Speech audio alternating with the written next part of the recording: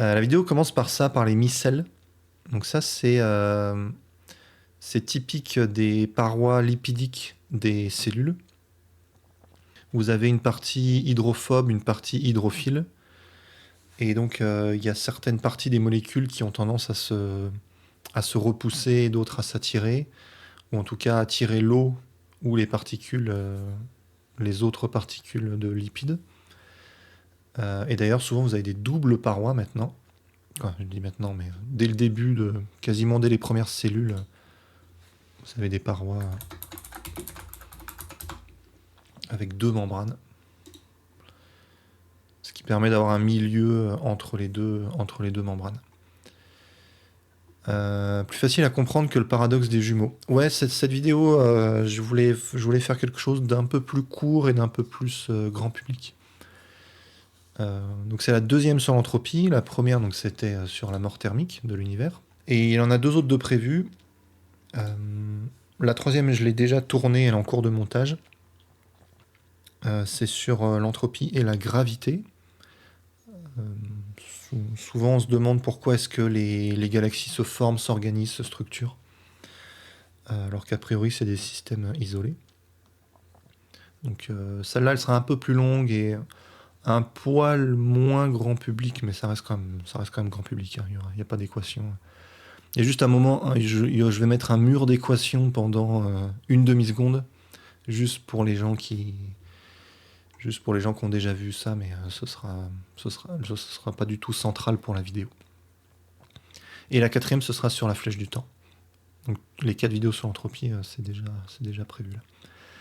Est-ce que tu as vu les recherches sur la détection de vie sur les exoplanètes en estimant le potentiel d'entropie? Non.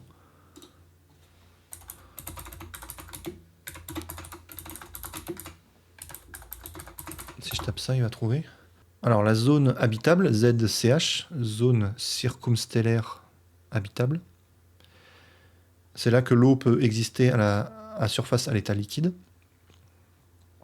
Ouais, c'est trop proche, ça devient de la vapeur d'eau. Et même de l'eau liquide trop chaude, c'est pas très bon. Et sinon, ça gèle. Ouais, c'est ça, Petra Cone, en italien. Alors, la production d'entropie planétaire, PEP. Les planètes les plus habitables seront celles où la vie peut générer le plus d'entropie. Plus les formes de vie sont complexes et dynamiques, plus elles produisent d'entropie. Plus la PEP est élevée. Ok, donc ils essaient de mesurer la PEP avec le spectre, j'imagine. De toute façon, on peut voir que ça quasiment des planètes. On peut faire des modèles suivant leur position par rapport à l'étoile, suivant leur taille. Mais à part ça, c'est surtout le spectre qui nous donne des informations. Ok, je regarderai, ouais, ça a l'air intéressant. Au début de l'univers, on a une espèce de soupe énergétique plus ou moins uniforme, puis se forment les galaxies, les planètes et les volcans. N'est-on pas passé d'un système simple à un système compliqué avec une baisse d'entropie? Eh ben, c'est justement la 3e vidéo qui arrivera dans un mois si le rythme continue. D'ici 3 semaines, 3-4 semaines. Après, je peux te spoiler un petit peu si tu veux. En fait, dans les galaxies, toi, ce que tu vois effectivement, c'est quelque chose d'homogène au début, donc le fond diffus.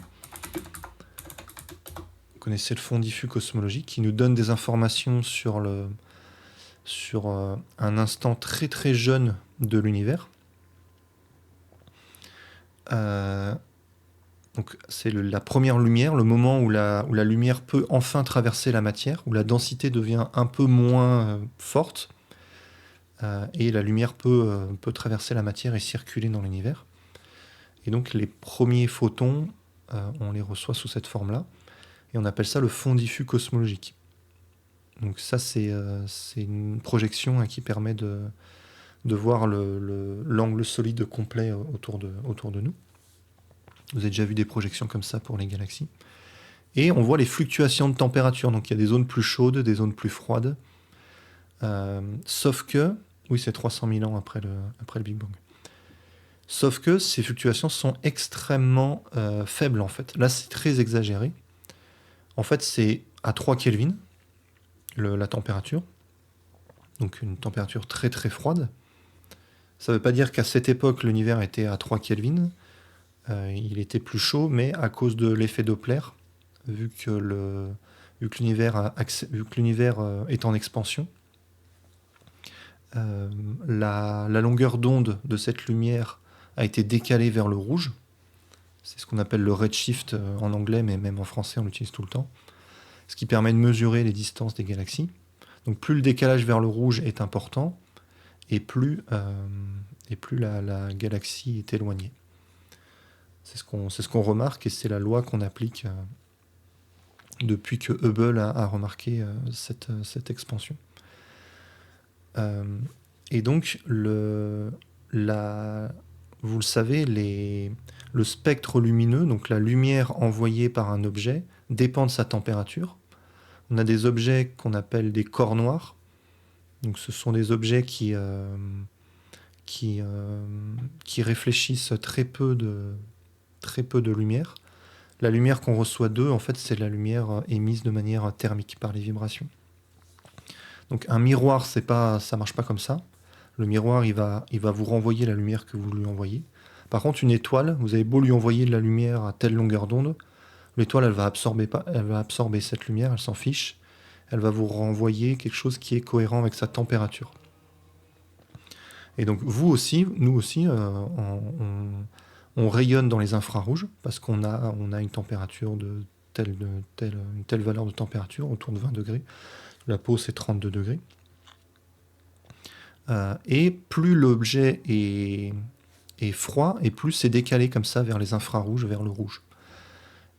Et donc, s'il y a un décalage vers le rouge à cause de l'expansion, à cause de l'effet Doppler, l'effet Doppler, hein, je pense que vous connaissez, mais c'est la même chose qui fait que les ambulances, quand elles passent devant vous, quand elles arrivent et quand elles partent, la fréquence change. Il y a la même chose pour la lumière. Et donc, il y a un décalage vers les sons graves pour l'ambulance et vers le rouge pour la lumière. Et donc, ce décalage vers le rouge, ça fait qu'on a une température perçue qui est très froide. Ça ne veut pas dire que l'objet était très froid au moment de l'émission. Voilà, à l'époque, il était à 3000 Kelvin. Et à cause de cet effet, on voit maintenant 3 Kelvin seulement, quelque chose d'extrêmement froid. Donc tout ça, c'est 3 Kelvin. Vous regardez dans n'importe quelle direction de l'univers, vous voyez un rayonnement typique envoyé par un objet très froid à 3 Kelvin seulement. Et il y a des toutes petites fluctuations. Vous voyez là, c'est marqué 0,0001 degré. Donc un tout petit peu plus chaud, un tout petit peu plus froid. Donc en fait, c'est très très uniforme. Donc c'est la question qui est posée, c'est pourquoi on est passé de cet état extrêmement uniforme, donc a priori ça ressemble à de la haute entropie, comme quand les gaz sont parfaitement mélangés, tout est uniforme. Et maintenant, on est dans un système structuré avec de l'ordre, de l'organisation dans la galaxie. Ça paraît contredire le second principe. Donc, je vais répondre un petit peu à ça, mais je ne vais pas tout dire maintenant. Je ne vais pas rentrer dans les détails pendant trop longtemps, parce que c'est le sujet de la prochaine vidéo. Donc, je vous spoil, mais pas à 100%. Je vais répondre, je regarde juste le chat. Est-ce que le temps est lié à l'entropie? Alors ça, ce sera la 4e vidéo. Vous posez des questions, de très bonnes questions, qui sont justement celles que je me suis posées au moment de constituer les épisodes de la série. Et donc l'entropie, la flèche du temps, ce sera... oui, il y a un lien très fort. Alors c'est pas lié... Faut distinguer le temps, la définition du temps, la sensation du temps, et le concept d'inversion du temps. Le concept de flèche du temps. Donc d'un côté, il y a le temps qu'on utilise parfois comme un paramètre. Donc c'est ce temps-là dont je parle dans la vidéo où j'essaie de donner une définition du temps. Donc c'est le temps qui est perçu, c'est ce qui nous permet de mesurer des durées. Et il y a un autre problème qui est lié bien sûr, mais qui est quand même très différent, qui est celui de la flèche du temps, du fait que y a une asymétrie entre le passé et le futur. Vous pouvez prendre des actions qui ont des conséquences sur le futur, mais pas sur le passé. Vous pouvez pas changer le passé. Donc s'il y a une asymétrie, vous pouvez vous souvenir du passé, mais pas du futur. Voilà, ça c'est lié à la flèche du temps. Et c'est lié à l'entropie, ouais. Je dois aller faire le modo pour vous avez le droit dans 5 minutes, je verrai le replay. Si vous voulez, vous pouvez nous raid après, je lurk. À plus. Ok, bah bon lurk. Ouais, vous avez le droit, je connais comme chaîne. J'ai pas vu beaucoup de vidéos, mais je vois ce que c'est. Et ouais, il y aura un replay sur Twitch et je mets aussi les replays. Alors je l'ai pas fait pour la dernière, faut que je l'upload. Mais je mets aussi des replays sur la chaîne secondaire Livret Science TV. Là, je vous mets le lien aussi, comme ça vous l'avez. Il y avait aussi les interviews avec Superama. Voilà. Et ça, c'est les replays, ouais, 1h56, 1h37. C'est les replays des lives, si vous les avez ratés. Je crois qu'ils sont disponibles 15 jours sur Twitch et après, ça disparaît. Ok. N'est-ce pas aussi que l'énergie est répartie dans plus d'espace? Oui, c'est la même chose. C'est la même chose. Des fois, on a des intuitions pour expliquer ce qui se passe, par exemple, quand on passe d'un objet à haute température, quand il est dense, à un objet à plus basse température. On a plusieurs intuitions pour l'expliquer. Et en fait, c'est pas des effets qui s'ajoutent les uns aux autres. En fait, ce sont des manières différentes de décrire la même chose. Donc l'effet Doppler ou la dilution de l'énergie, c'est la même chose. C'est le fait que dans un espace donné, tu as certaines longueurs d'onde qui sont courtes, et si tu augmentes cet espace, ça va diluer l'énergie, et donc faire baisser les fréquences. Si l'énergie baisse, l'énergie d'un photon, d'ailleurs j'en parle dans la vidéo, au moment où je parle de Max Planck, là, voilà. Hop. L'énergie d'un photon est proportionnelle à sa fréquence. Voilà, donc si vous baissez la densité d'énergie, vous baissez les énergies des photons, et donc vous baissez les fréquences. Et donc vous baissez la température qui est perçue. Quand vous avez des images en caméra infrarouge, voilà, vous rayonnez dans les infrarouges. Voilà, si vous voyez des différents objets, bon là on voit pas trop, mais si je tape image, est-ce qu'il comprend? Ouais, voilà. Donc, par exemple, une maison, vous voyez les parties chaudes qui sont en rouge et les parties froides qui sont en bleu. Et en fait, c'est inversé. Intuitivement, on rajoute, on associe la couleur rouge à l'eau chaude, par exemple, sur les robinets, et la couleur bleue à l'eau froide. Donc là, dans les caméras, c'est le code couleur qui a été choisi. En fait, ce qui est rouge, donc ce qui est plutôt rouge, c'est ce qui est froid, et ce qui est bleu, c'est plutôt chaud. Et ça, vous le voyez avec les flammes. Flamme, rouge, orange.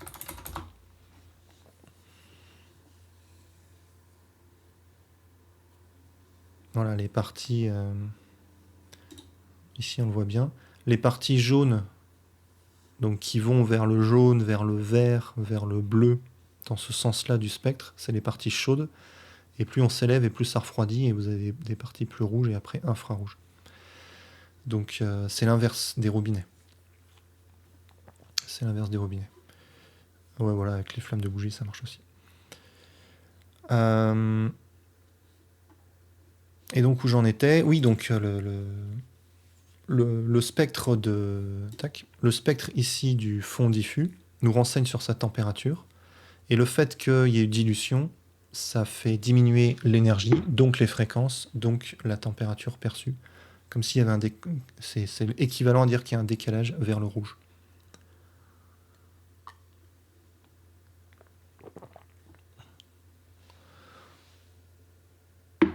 Les ambulances n'ont pas la même couleur quand elles s'approchent que quand elles s'éloignent. Oui. Après, vu qu'elles vont très lentement par rapport à la vitesse de la lumière, le décalage spectral est extrêmement faible. Mais vu qu'elles vont à une vitesse qui est pas si petite comparée à la vitesse du son, le décalage sonore, là, il est perceptible. Qu'est-ce qui se fait que c'est plus froid ici que là si l'univers était parfaitement homogène et isotrope au départ? Alors déjà, on ne sait pas l'état de l'univers au moment du Big Bang. On ne sait pas si c'est parfaitement homogène, s'il n'y a pas déjà des fluctuations. On ne connaît pas la géométrie de l'univers au moment du Big Bang. Il y a même des gens qui pensent que l'univers est en rebond. Donc il y avait un univers avant qui a fait un crunch et qui a rebondi. Donc peut-être qu'il y a des choses avant le Big Bang. Mais bon, le point de vue standard, c'est de dire qu'il n'y a rien avant et que le temps émerge au moment du Big Bang. Donc la question de ce qui se passe avant n'a pas de sens dans ce cas-là. Mais on peut quand même se la poser s'il y a un crunch, un rebond. Donc déjà, on ne sait pas quelle est la géométrie de l'univers au moment du Big Bang, et peut-être qu'il y a ce qu'on appelle des trous noirs primordiaux, donc des trous noirs qui ne se sont pas formés à cause de l'effondrement d'une étoile, mais des trous qui sont déjà là dans la structure de l'univers dès le départ. Donc ça, c'est une possibilité. Et donc il y a des endroits avec des trous noirs, des endroits où le trou noir, c'est des zones de l'univers. Et donc il y a des endroits avec trous noirs, des endroits sans trous noirs, donc c'est pas homogène. Donc déjà on a cette possibilité. L'univers n'est peut-être pas homogène au départ.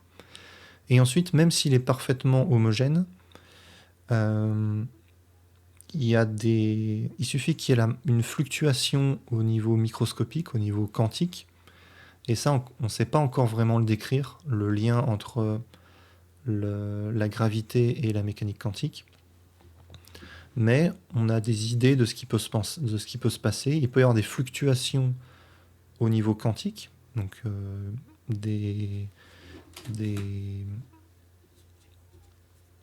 particules qui apparaissent par exemple à un endroit et pas à un autre. Ça, c'est typiquement une fluctuation. Vous avez de la matière qui se condense à un endroit plutôt qu'à un autre, et ça se fait de manière aléatoire. On sait pas, il n'y a pas vraiment de raison, c'est juste une fluctuation. Et donc l'univers peut fluctuer comme ça à partir d'un état uniforme. J'en parlais un petit peu dans la vidéo précédente sur l'entropie. Donc je parle de ce qui se passe à la fin voilà, je montre ça. Ici, là. Donc là, je prends un exemple avec des particules, par exemple, qui passent à gauche et à droite de manière aléatoire.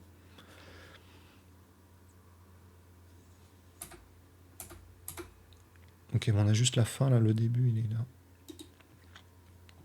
Donc ici, c'est un petit programme que j'ai codé qui met en évidence la diffusion et ensuite les fluctuations. Donc ici, vous avez beaucoup de particules à droite et très peu à gauche au début. Et la règle que j'ai mise, c'est que les particules passent aléatoirement à gauche ou à droite, toutes les itérations. Elles ont une certaine probabilité de passer de l'autre côté. Et donc, c'est une règle qui est symétrique.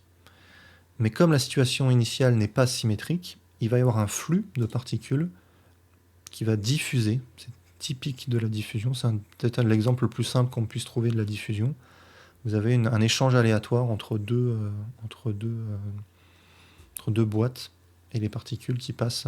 Donc là, ça se fait de manière aléatoire, de gauche à droite. Il n'y a pas de préférence. Et pourtant, il y a plus de particules qui passent de droite à gauche, tout simplement parce qu'elles sont plus nombreuses. Et donc ça s'équilibre. Sauf que, et donc ça c'est une analogie de la mort thermique de l'univers, à la fin tout est uniforme, tout est équilibré, sauf que si je continue la simulation, vous voyez que ça fluctue. Là c'est... Alors, je vais essayer de le... Hop. Je crois que c'est virgule pour... Voilà. Donc là, vous voyez, il y a plus de particules au niveau de la paroi de droite, en vert. Hop, et là, ça s'est inversé, vous voyez, un moment. Là, ça s'est à nouveau inversé. Et puis, ça se réinverse. Donc, ça fluctue comme ça, il y a des petites fluctuations. À partir de rien, il n'y a pas de... L'univers est parfaitement homogène, et pourtant, les règles que j'ai mises dans ce petit univers-là font que y a des fluctuations, et donc il y a des parties un petit peu inhomogènes. Et ces moindres petits défauts qui sont là dans le fond diffus, donc je rappelle, hein, c'est 10 millièmes de degré à comparer à 3 degrés Kelvin. Donc c'est vraiment minuscule comme fluctuation, sauf que vous faites gonfler ça avec l'expansion de l'univers, et ça crée des zones beaucoup plus denses que l'autre 1 milliard d'années plus tard. Un live, je ne reçois même pas la notif. Ouais, moi j'ai jamais les notifs de Twitch, je sais pas comment ça marche. En gros, je me connecte et je regarde dans la colonne de gauche s'il y a les gens qui m'intéressent ou pas. Je n'ai jamais trop utilisé les notifs. Mais oui, je sais qu'on peut mettre les notifs sur Twitch. Après, si tu veux être sûr d'avoir la notif, tu rejoins le Discord. J'ai mis le lien un peu plus haut. Et comme ça, tu te fais notifier. L'effet Doppler dépend de la distance des galaxies, alors que la dilution est la même partout. Oui, bah, c'est pas contradictoire.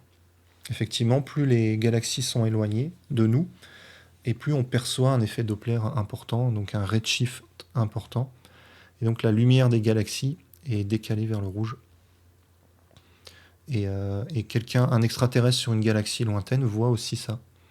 Donc il n'y a pas de contradiction. Salut Snoopy. Trop intéressant la vidéo, c'est tellement passionnant l'origine de la vie. Oui, là j'ai vraiment survolé le sujet. Si j'avais une chaîne de biologie, je passerais plus de temps là-dessus, mais j'aime beaucoup ça. D'ailleurs, on pourra regarder tout à l'heure si vous voulez peut-être des vidéos sur ça, sur l'origine de la vie. Je voulais pas faire un live très très long ce soir, mais bon, on verra. E égale H nu, ouais, c'est ça. Non, c'est pas HV, c'est H nu. C'est pas un V, c'est la lettre grecque. C'est le N grec. Nu, lettre grecque. Je vais pas taper nu grec tout court, sinon je sais pas sur quoi on va tomber. Voilà, ça ressemble à un V, mais c'est le N en fait. En gros, c'est F, c'est la fréquence. Donc l'énergie est proportionnelle à la fréquence. Donc un photon bleu a une fréquence plus élevée qu'un photon rouge. Et donc un photon bleu a plus d'énergie, à peu près 2 fois plus d'énergie qu'un photon rouge. Un photon de rayon X a beaucoup plus d'énergie qu'un photon infrarouge. Et c'est ça que je mets en avant dans la vidéo. Ici, la Terre reçoit de l'énergie concentrée sous forme visible, et elle en rayonne sous forme infrarouge. Et un photon infrarouge, ça comporte beaucoup moins d'énergie, à peu près 20 fois moins d'énergie qu'un photon jaune visible du Soleil. Et comme l'énergie est conservée, la Terre elle est à l'équilibre thermique, il y a autant d'énergie qui arrive que d'énergie qui sort. Sinon, la température de la Terre ferait que monter jusqu'à la température du Soleil. Heureusement qu'elle évacue cette température. D'ailleurs, elle en évacue un tout petit peu moins à cause de l'effet de serre, et ça suffit à faire monter de quelques degrés la température.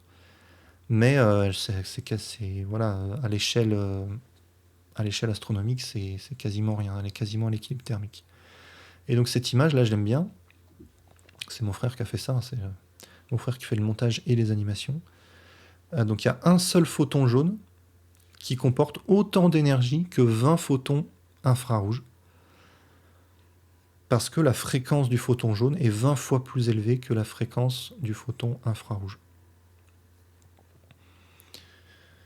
Et donc, on a autant d'énergie en entrée qu'en sortie, mais l'énergie s'est dispersée. Et donc l'entropie a augmenté. Mais en fait, on ne peut pas concevoir la forme de ce qui nous contient. J'arrive pas à expliquer, mais l'univers n'a pas grandi dans autre chose de plus grand. Donc comment concevoir sa forme ? Oui, par définition, normalement, l'univers, il n'y a rien en dehors de l'univers. L'univers, c'est tout. Et après, la forme, ce qu'on appelle la forme, c'est la topologie. Et la topologie, c'est déjà de savoir quelle est la courbure. Est-ce que l'univers est plat ? Est-ce que si je trace un triangle, si je prends 3 points très éloignés dans l'univers, ça me forme un triangle. Est-ce que la somme des angles fait vraiment 180 degrés ? A priori, oui. Donc l'espace est plat. D'ailleurs, là, on peut se poser la question de la courbure de l'espace-temps aussi. Ça, j'en reparlerai dans la série sur la relativité. On a un espace qui n'est pas qui n'est l'espace de Minkowski, donc qui permet de faire de la relativité. Il y a 4 noms qui reviennent très souvent quand on parle de relativité. C'est Lorentz, Poincaré, Einstein et Minkowski. Et Minkowski, c'est celui qui met vraiment la dernière pierre à l'édifice et qui dit que l'espace et le temps n'existent pas vraiment de manière indépendante. Ce qui existe, c'est l'espace-temps. On ne peut pas les dissocier. Et l'espace-temps, donc c'est un espace décrit en mathématiques par 4 dimensions. Et cet espace, on peut se demander quelle est sa courbure. Et pour ça, une manière, il y en a plein, une manière de faire, c'est de tracer des triangles et de regarder si l'angle fait bien 180 degrés. La somme des angles. Alors, il y a des trucs sympas là, mais il n'y a pas exactement ce que je cherche.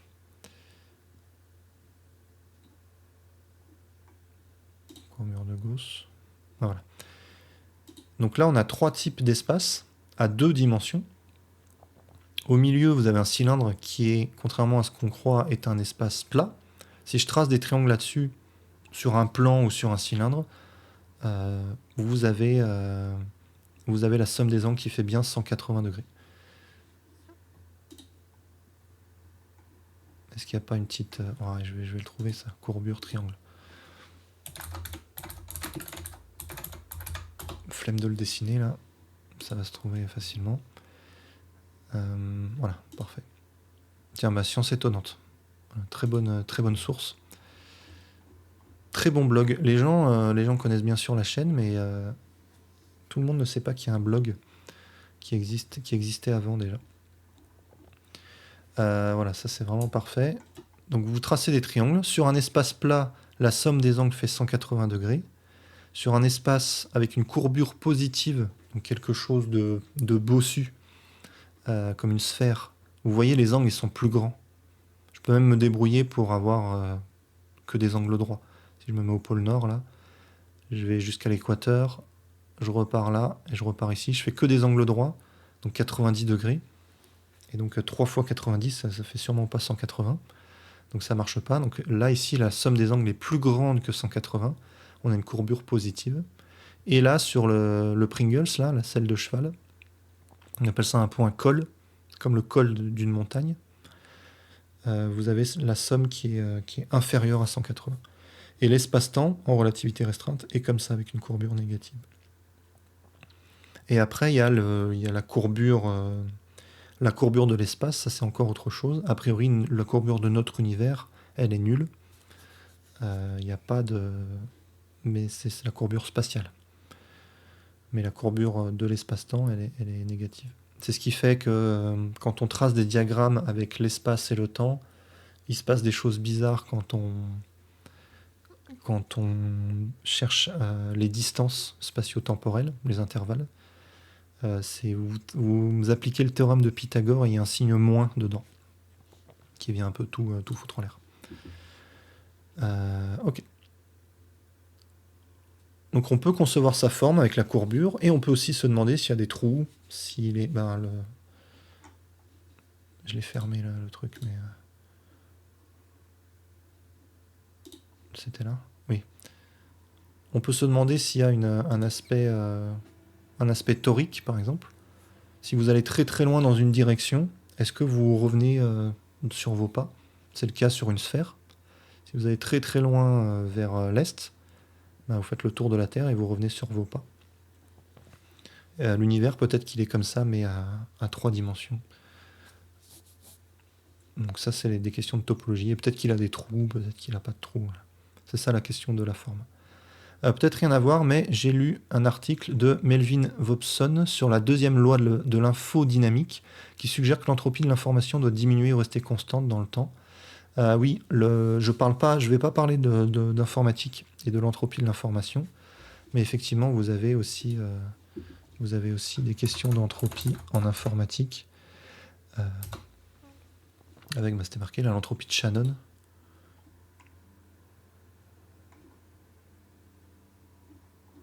J'aurais dû le taper directement. Voilà, entropie, il me le donne là. Entropie de Shannon.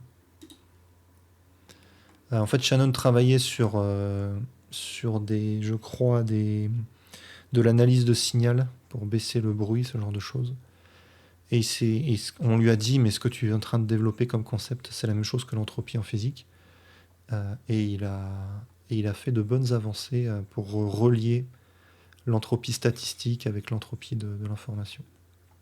Donc ça, j'en parle pas dans la série. Peut-être qu'un jour j'en reparlerai. Pareil, je parle pas du démon de Maxwell, pour ceux qui connaissent, parce que justement, le démon de Maxwell, le paradoxe du démon de Maxwell se résout en parlant de l'entropie de Shannon, l'entropie associée à l'information. Rapidement, le démon de Maxwell, on imagine un petit démon qui... Bon, pareil, là, je vais bien trouver une image. On imagine un petit démon qui ouvre une paroi au bon moment. Voilà.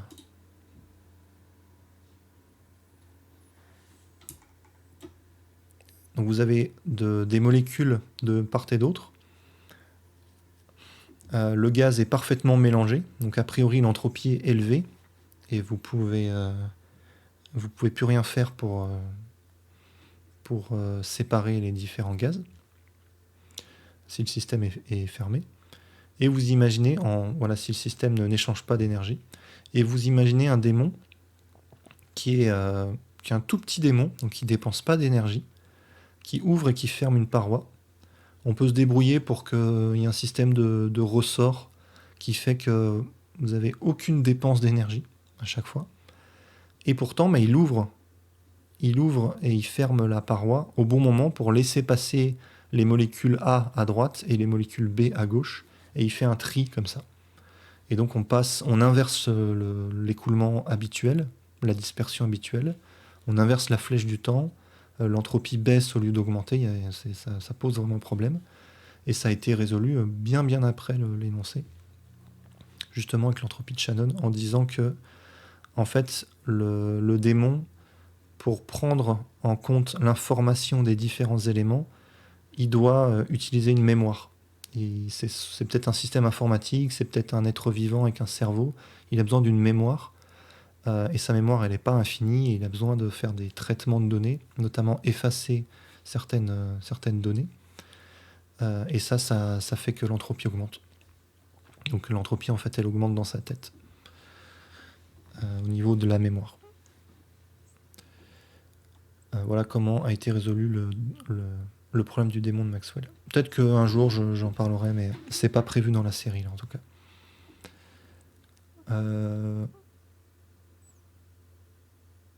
Voilà. Après, Melvin Vobson, je connais pas. Infodynamique, je connais pas. J'ai regardé. Vobson. Melvin Vobson.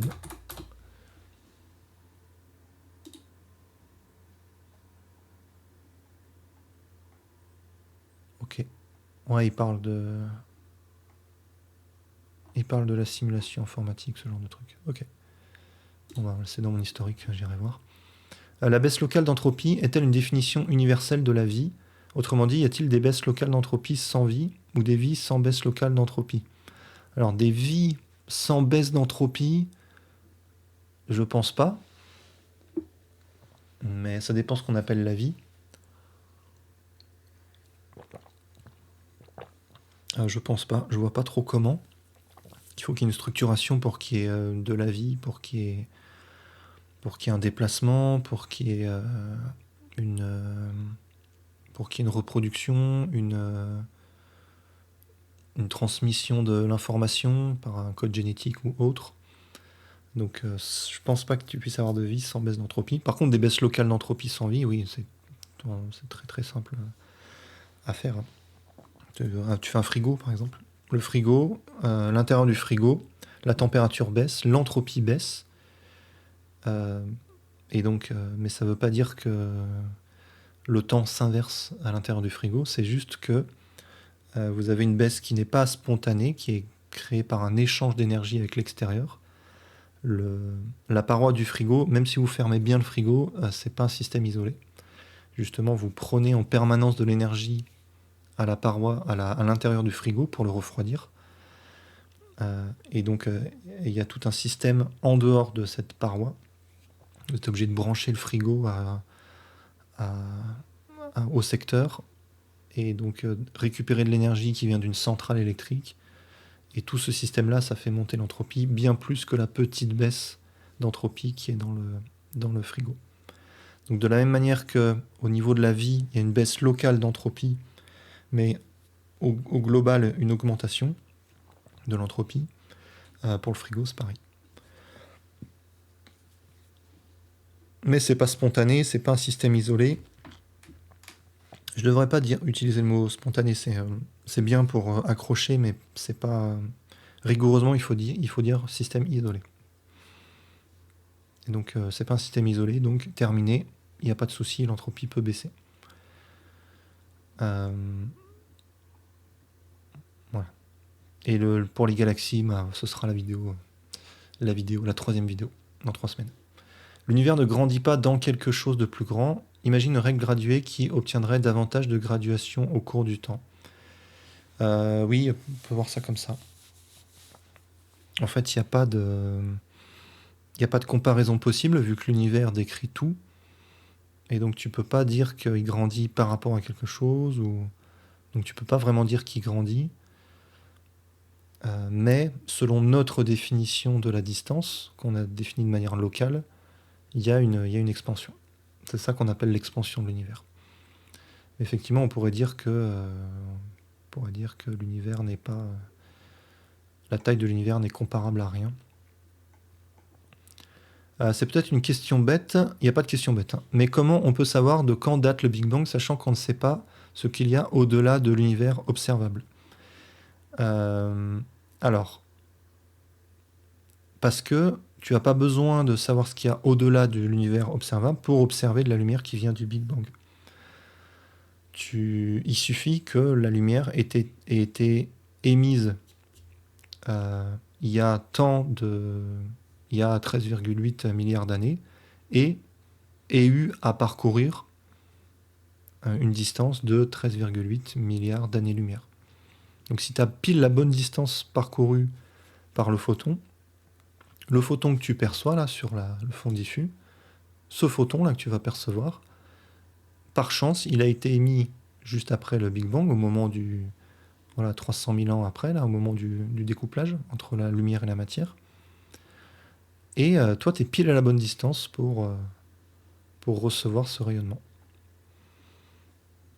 Alors, il faut faire attention avec les distances vu qu'il y a l'expansion en même temps. Mais voilà, la lumière a parcouru en tout 13,8 milliards d'années-lumière.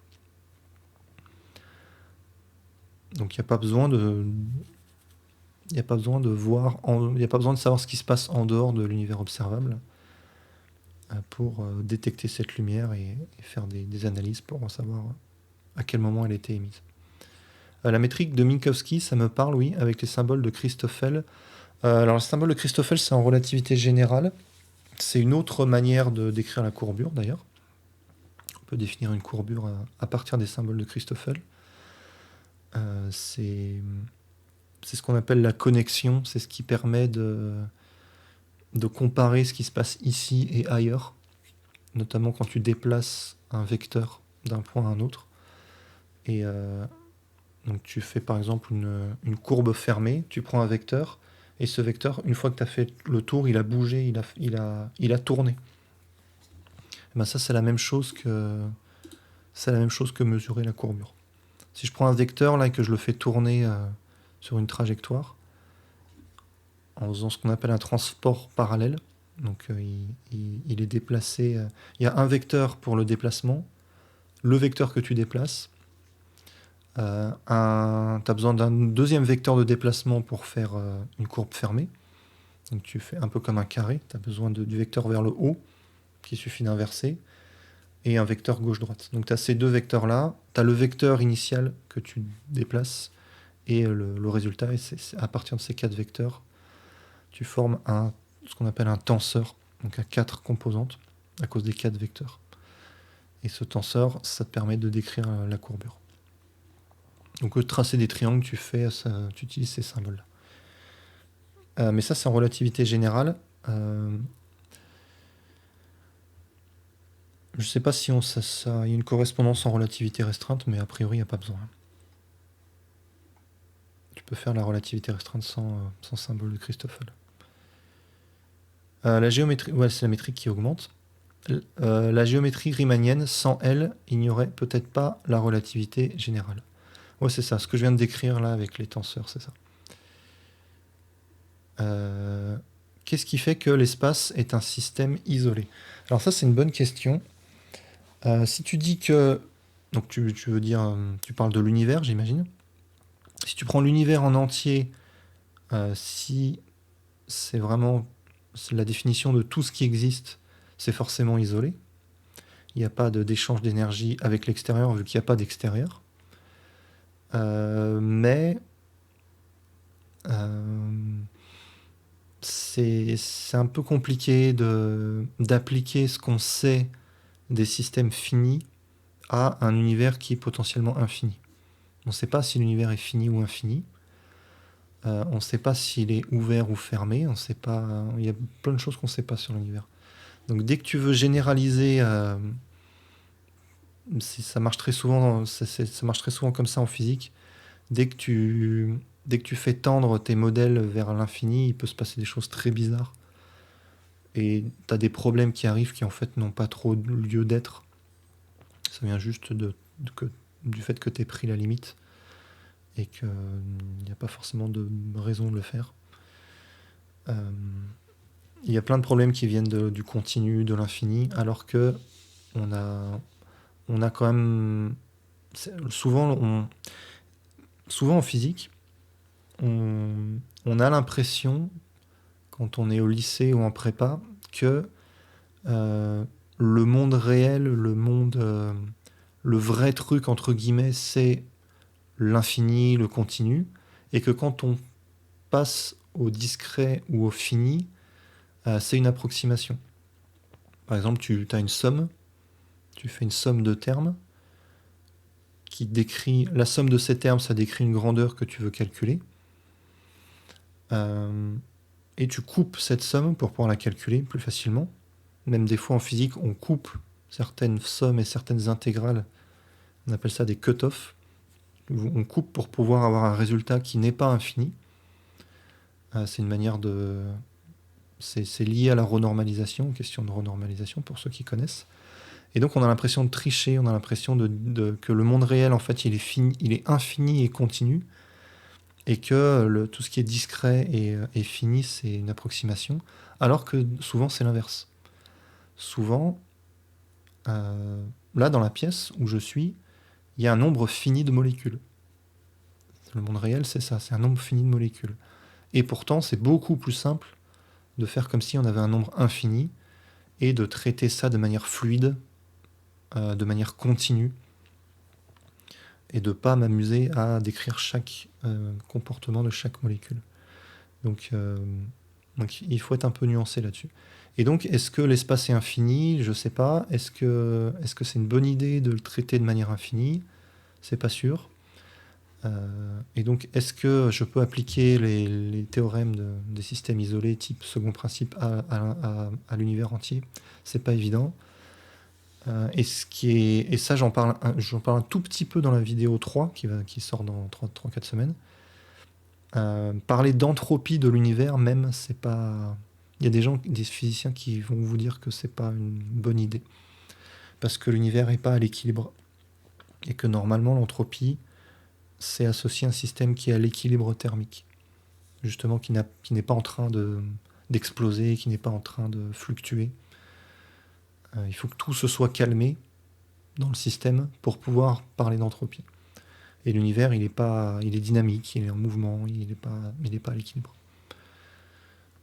Mais bon, on peut quand même essayer de dire des choses, hein, mais voilà, il faut faire attention. Des fois, on se pose des questions qui sont parfois intéressantes, mais des fois, malheureusement, la réponse, c'est que la question n'avait pas vraiment de sens. Donc, si vous demandez l'entropie, quelle est l'entropie de l'univers, peut-être qu'on peut faire un calcul, peut-être qu'on peut comparer l'entropie de l'univers au moment juste après au moment du fond diffus, là, et maintenant. Mais peut-être qu'on ne peut pas comparer, et peut-être qu'il n'y a pas de mesure valable. Voilà, c'est comme si je vous demande la couleur de l'entropie. Voilà, ça n'a pas de sens. Il y a plein de questions comme ça qui n'ont pas de sens. J'aime la physique, mais je n'aime pas l'effort de penser. Et surtout, la discipline qu'elle demande, comment y faire face. Il faut devenir un adulte. C'est très compliqué. Et j'ai beaucoup de mal aussi avec ça, t'inquiète pas. Tout le monde a du mal avec le fait de faire des efforts. Mais plus tu deviens adulte et plus tu arrives à te discipliner. Mais t'inquiète pas, t'es loin d'être le seul, surtout aujourd'hui avec tous les divertissements qu'il y a. T'es vraiment pas le seul à avoir ce problème, t'inquiète pas. Du coup, est-ce qu'on peut considérer qu'une particule actuellement présente à 13,8 milliards d'années-lumière de nous, d'un côté, et une particule actuellement présente à 13,8 milliards d'années de l'autre côté, étaient très proches l'une de l'autre il y a 13,8 milliards d'années? Pas sûr que ce soit clair. Si, ça va. Alors oui, il faut faire attention avec les distances. Est-ce que c'est la distance parcourue? Est-ce que c'est la distance Est-ce que c'est la distance au moment de l'émission, au moment de la réception? Tout ça, c'est pas les mêmes distances à cause de l'expansion. Mais oui, tout était très proche l'une de l'autre si tu considères que l'univers est fini. Oui. Si l'univers est infini, tu peux avoir un Big Bang sans considérer que c'était ponctuel. Le Big Bang, il est partout en même temps dans l'univers infini. Donc ça, c'est un peu, ça pète un peu le cerveau, je sais, mais si l'univers est fini, oui, c'est une explosion. Le Big Bang, des fois on dit attention, le Big Bang, c'est pas une explosion. Effectivement, il faut faire attention parce que si l'univers est infini, c'est pas très, l'image est pas très bonne. Mais si l'univers est fini, c'est en se basant sur la manière dont nous on définit les distances aujourd'hui, c'est une bonne image. Même si, comme on le disait tout à l'heure, il n'explose pas dans un milieu. Donc l'image de l'explosion, elle est plutôt bonne, hein, mais c'est sûr que si on veut aller dans les détails, on peut toujours pinailler. J'ai un Master 1 en traitement du signal et images, mais je suis plus attiré par la physique sciences pures. J'ai 32 ans et je veux étudier la physique, mais je ne sais pas quel chemin suivre. C'est une bonne question. A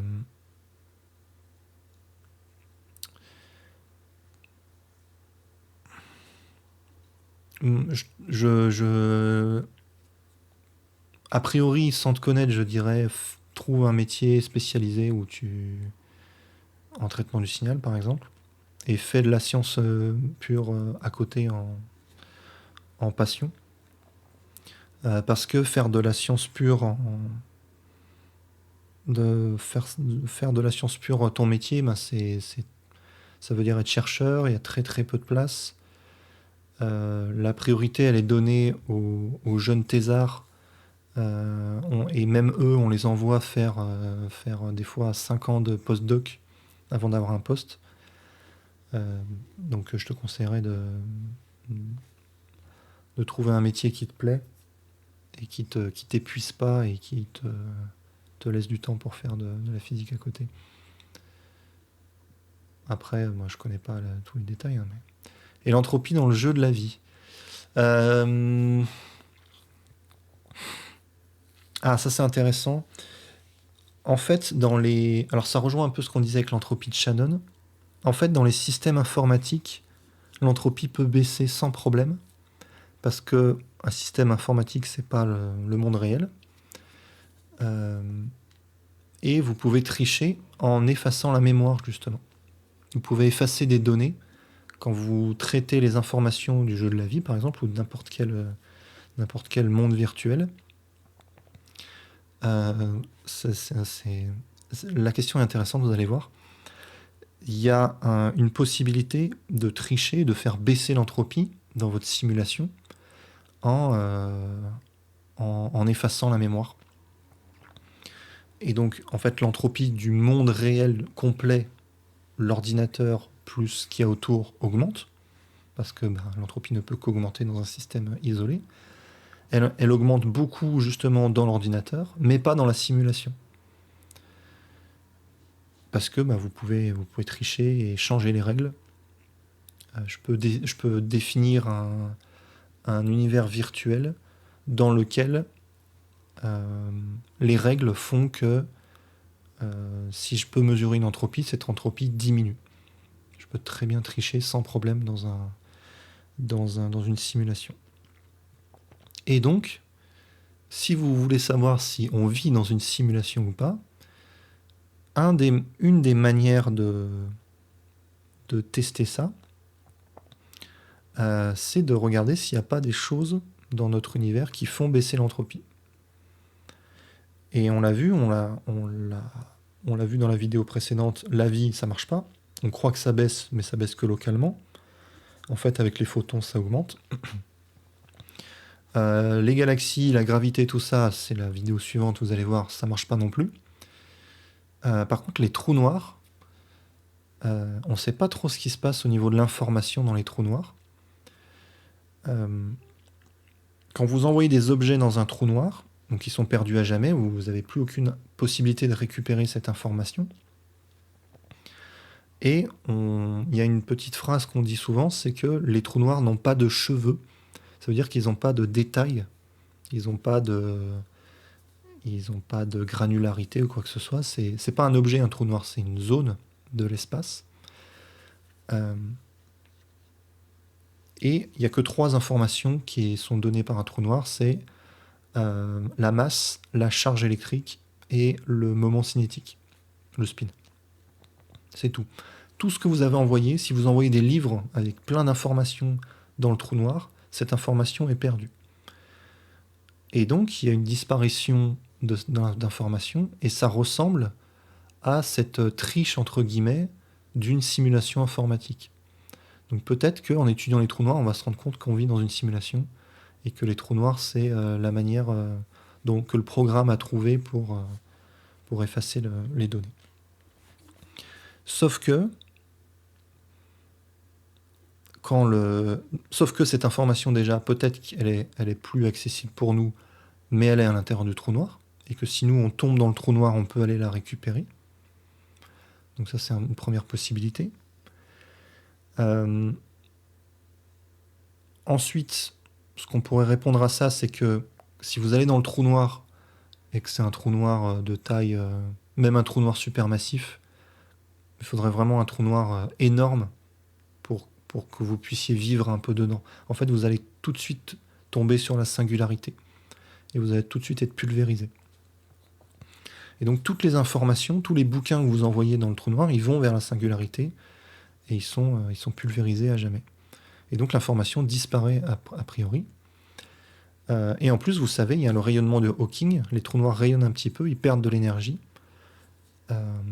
Et ça fait qu'ils perdent de la masse. Et donc, ils s'évaporent.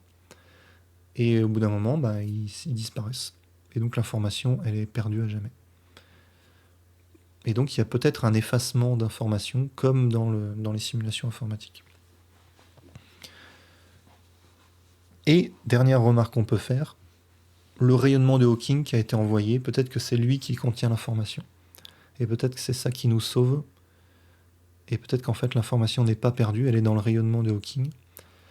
Et donc, l'entropie n'a pas baissé. Et donc, peut-être que finalement, on ne vit pas dans une simulation. Voilà, ça fait beaucoup de plot twists dans cette petite histoire, mais je l'aime bien. Ça peut faire l'objet d'une vidéo, ça. Salut, gamin. Merci pour tout le contenu partagé, c'est toujours un plaisir d'apprendre. Eh bien, sache que c'est un plaisir de partager. J'aime beaucoup expliquer les choses, donc je fais ça avec plaisir aussi. En parlant du jeu de la vie, est-ce que tu as vu la dernière vidéo de Ego? Non, ça fait 2 fois qu'on me parle de cette chaîne. Ah oui, j'ai vu. Non, mais c'est pas qu'on en a parlé, c'est que je l'ai vu. Ouais.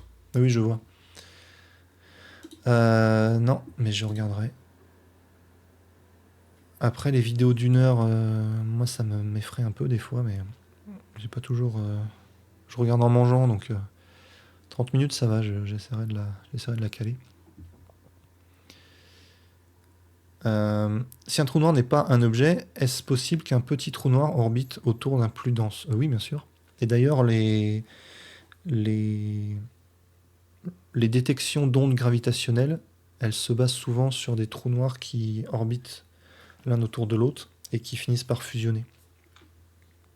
Celle sur le jeu de la vie est chouette. Ouais, j'aime beaucoup la miniature.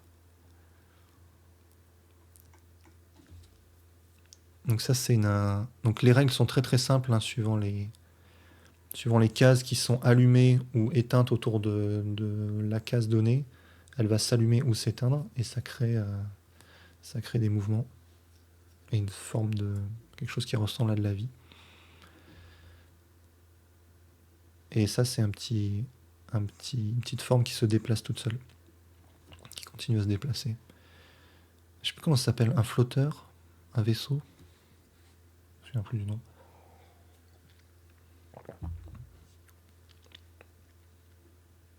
Un drifter, en anglais, je ne sais plus.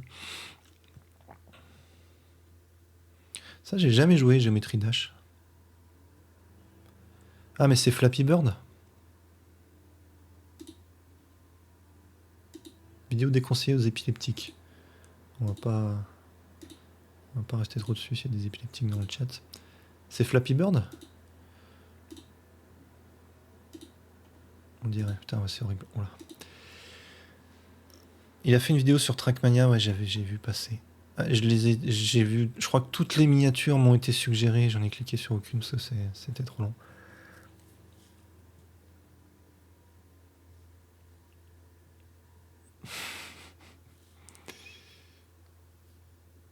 Faker. Ah, ça c'est League of Legends.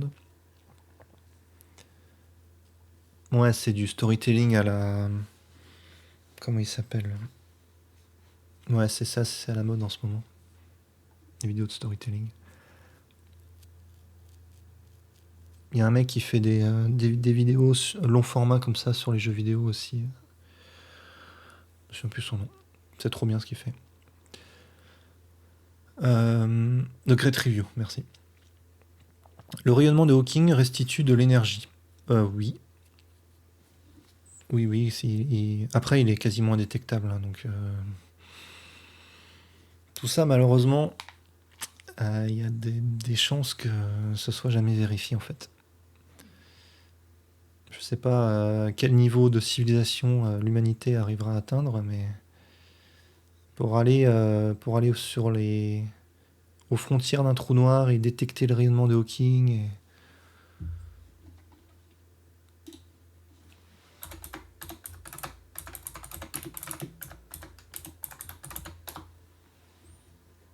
Ça veut pas dire qu'il faut pas en parler, bien sûr, hein, mais... D'ailleurs, je suis en train de lire, je l'avais jamais lu, je suis en train de lire La brève histoire du temps de Stephen Hawking.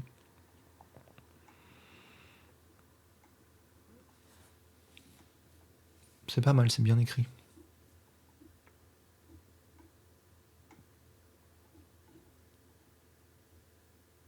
Ouais.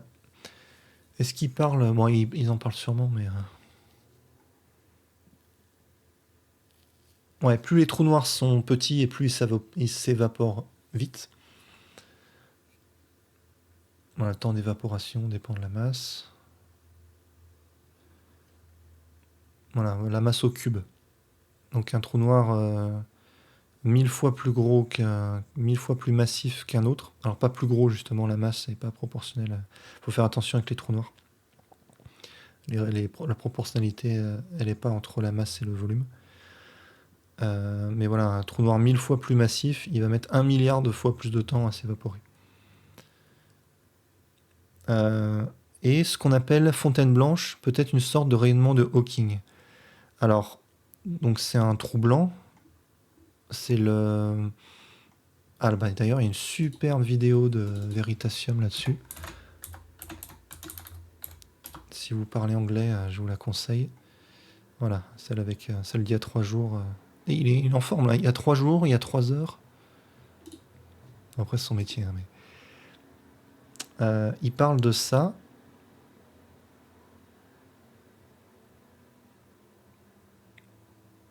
avec d'ailleurs des simulations et des graphiques. Je ne sais pas si vous reconnaissez.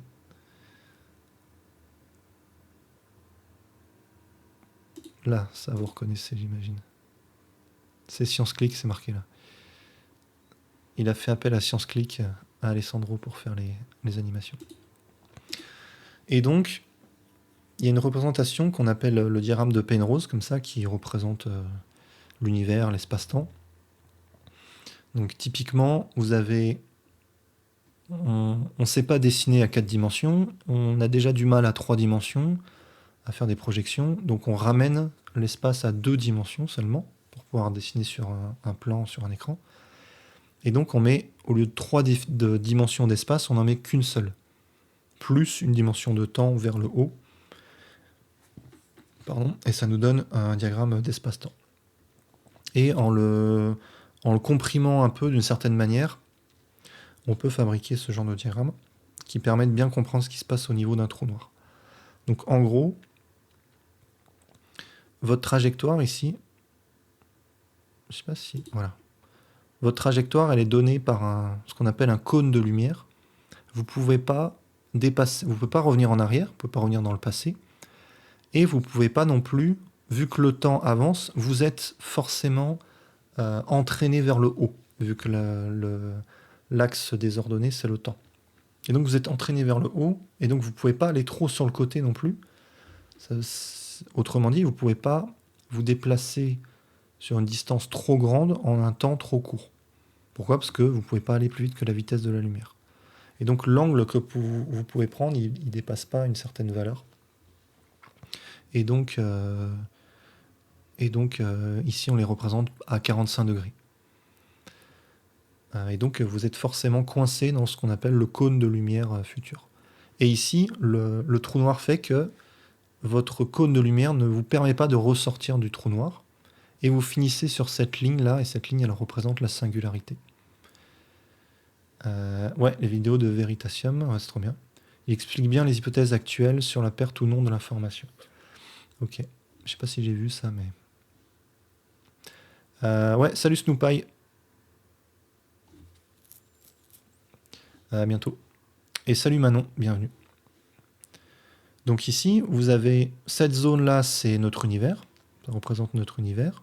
Donc vous êtes ici et vous avancez forcément vers le haut parce que le temps s'écoule. Donc le temps, c'est la variable verticale ici, c'est l'ordonnée. Et vous pouvez vous déplacer un petit peu à droite à gauche. Vous pouvez changer votre position, mais pas trop vite. Vous pouvez pas aller trop vite, donc il y a un certain angle à respecter. Et il se trouve que mathématiquement, il y a toute cette zone en dessous là.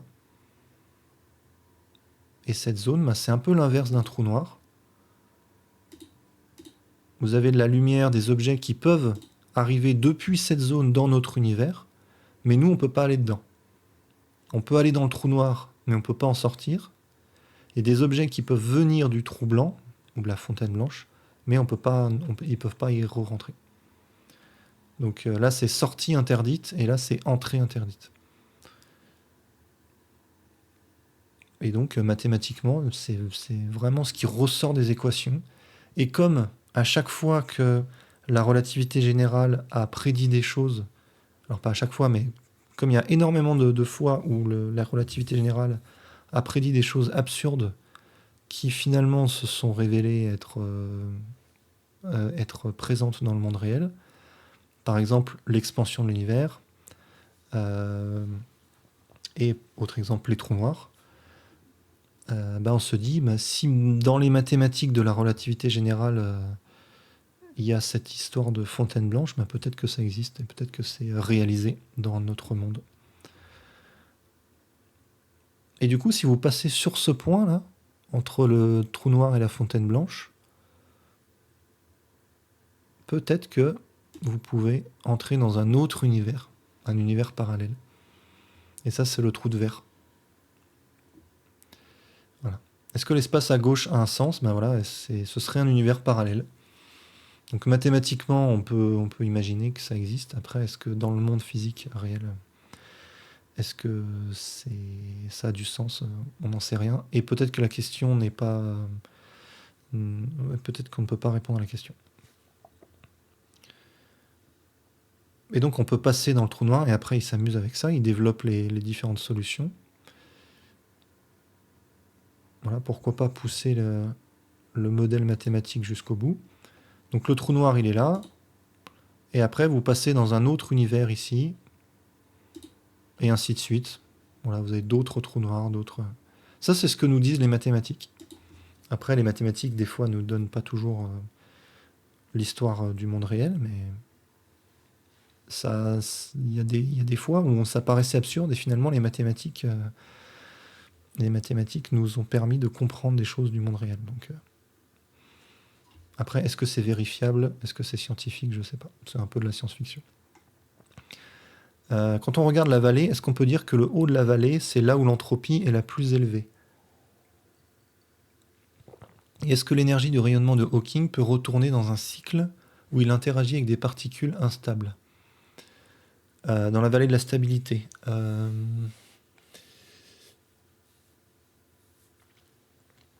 Alors, oui, c'est vrai dans la vallée de la stabilité, c'est vrai dans n'importe quel système où tu décris l'énergie avec une courbe. Donc tu mets en haut, on fait ça. Mais d'ailleurs, il y a une vidéo de... Puisqu'on est sur YouTube, on va en profiter. Patience. Je ne sais pas si vous connaissez Patience, sûrement. Il a parlé d'entropie aussi. Et là, il parle de chimie. En ce moment, il fait de la chimie. Et il décrit justement ces niveaux d'énergie avec un peu comme la vallée, dans la vallée de la stabilité, où les systèmes à haute énergie sont instables et ils ont tendance à descendre dans le creux, là où il y a de l'énergie qui est plus basse. Et souvent, les physiciens et les chimistes utilisent cette intuition de se dire que l'énergie a tendance à descendre. Et d'ailleurs, si vous voulez savoir pourquoi, eh ben, il faudra attendre la prochaine vidéo. Je vais en parler de ça, de pourquoi ça reste en bas là. Spoiler alerte, c'est à cause de l'entropie. Mais je vous donnerai le détail dans la vidéo et on en reparlera dans le prochain live, c'est intéressant aussi. Et donc voilà, vallée de la stabilité, ou un ballon qui déroule une pente, ou une molécule qui baisse son niveau d'énergie en changeant de forme, tout ça c'est de l'énergie qui diminue. Et donc a priori c'est pas relié à l'entropie, c'est relié à l'énergie. Là ce contraste, c'est pour répondre à ta question, c'est pas l'entropie, c'est l'énergie. Mais pourquoi ça remonte pas, pourquoi ça reste en bas assez souvent? Là c'est à cause de l'entropie. Donc est-ce que le rayonnement de Hawking peut retourner dans un cycle où... Normalement non, l'entropie fait que ça ne fait que se disperser. Donc tu ne reformes pas de système à basse entropie comme ça spontanément. Après, si tu utilises de l'énergie extérieure par ce rayonnement, mais bon, c'est un peu tiré par les cheveux, quoi. C'est un rayonnement très très dispersé, donc a priori tu peux rien en faire. Je trouve cela triste, un univers où la théorie nous dit qu'on pourra pas avoir de Stargate, ou du moins ça coûterait trop cher en énergie. Ben ici, là, avec son... Où est-ce qu'il est? Avec son pont de... le trou de verre ici, tu as un peu l'équivalent de Stargate, là. Donc tu passes pile ici, entre le trou noir et le trou blanc, et tu as une manière de passer dans un univers parallèle.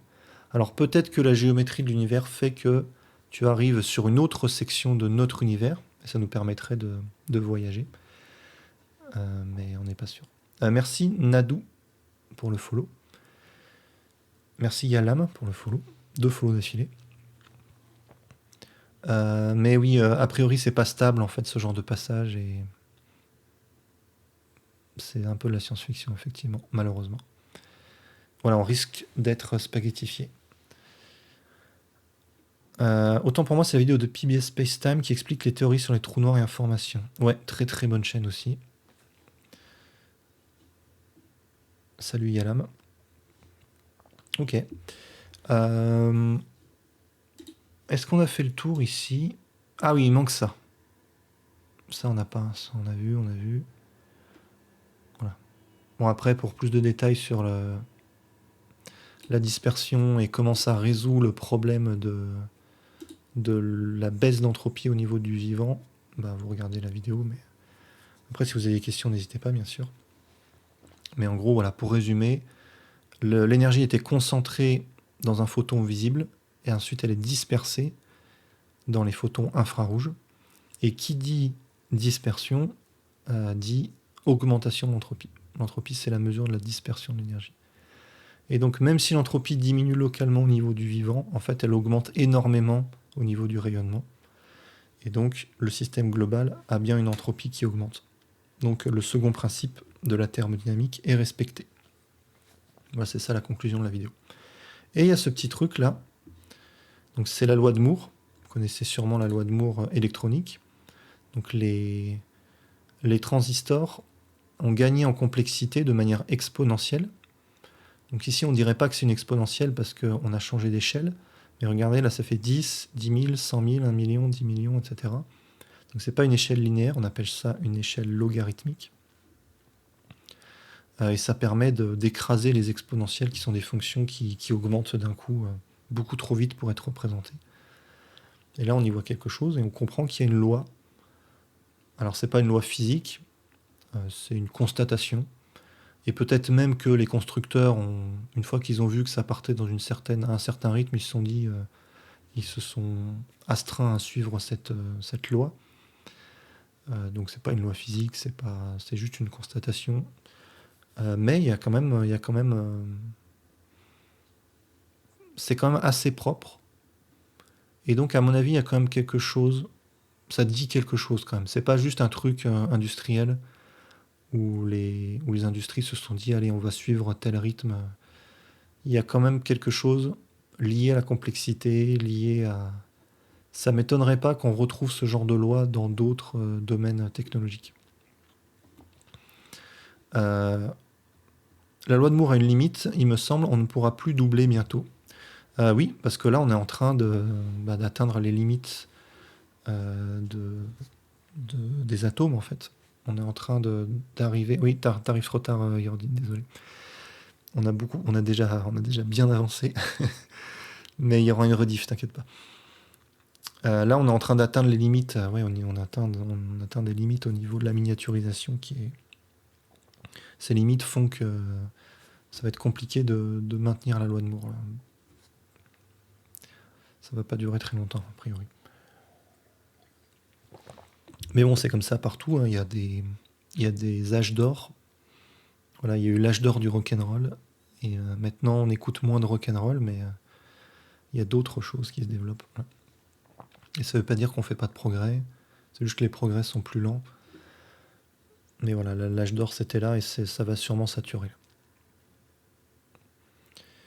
Les industries ont vraiment pour objectif, notamment Intel, de suivre cette loi. Ouais, à mon avis, au bout d'un moment, ils se sont rendus compte qu'il y avait cette loi. Je ne sais pas à quel moment ça a été énoncé.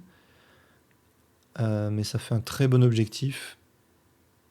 En plus, comme je le dis, en fait, c'est exponentiel. Donc, des capacités qui augmentent. Pas de manière exponentielle, parce qu'il y a d'autres limitations, mais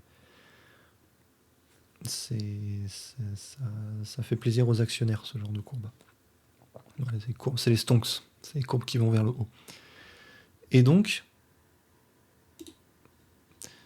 il y a ce truc. Alors, il y a beaucoup, beaucoup moins de points. C'est beaucoup moins scientifique. Déjà que la loi de Moore, c'est juste une constatation. Ça aussi, c'est une constatation. C'est très, très... Voilà, il faut prendre ça avec des pincettes. Si on regarde la complexité... Mais il y a un article scientifique là-dessus. C'est pas non plus sorti de nulle part. Si on regarde l'évolution du génome, donc la taille du génome, pareil en échelle logarithmique, vous voyez la log, ça veut dire qu'on écrase les données, parce qu'en fait ça augmente énormément. Les prokaryotes et les eucaryotes, donc les cellules, les organismes monocellulaires, ont très peu de gènes, et plus ça va, plus la vie invente de nouvelles formes de plus en plus complexes, parce que oui, les mammifères sont plus complexes que les vers et que les cellules, que les organismes monocellulaires. Plus ça va et plus il y a de la complexité. On le voit là, c'est mesuré scientifiquement, le génome, la taille du génome augmente. Alors, il faut faire attention parce que c'est un peu détaillé là. Il y a du génome qui est redondant.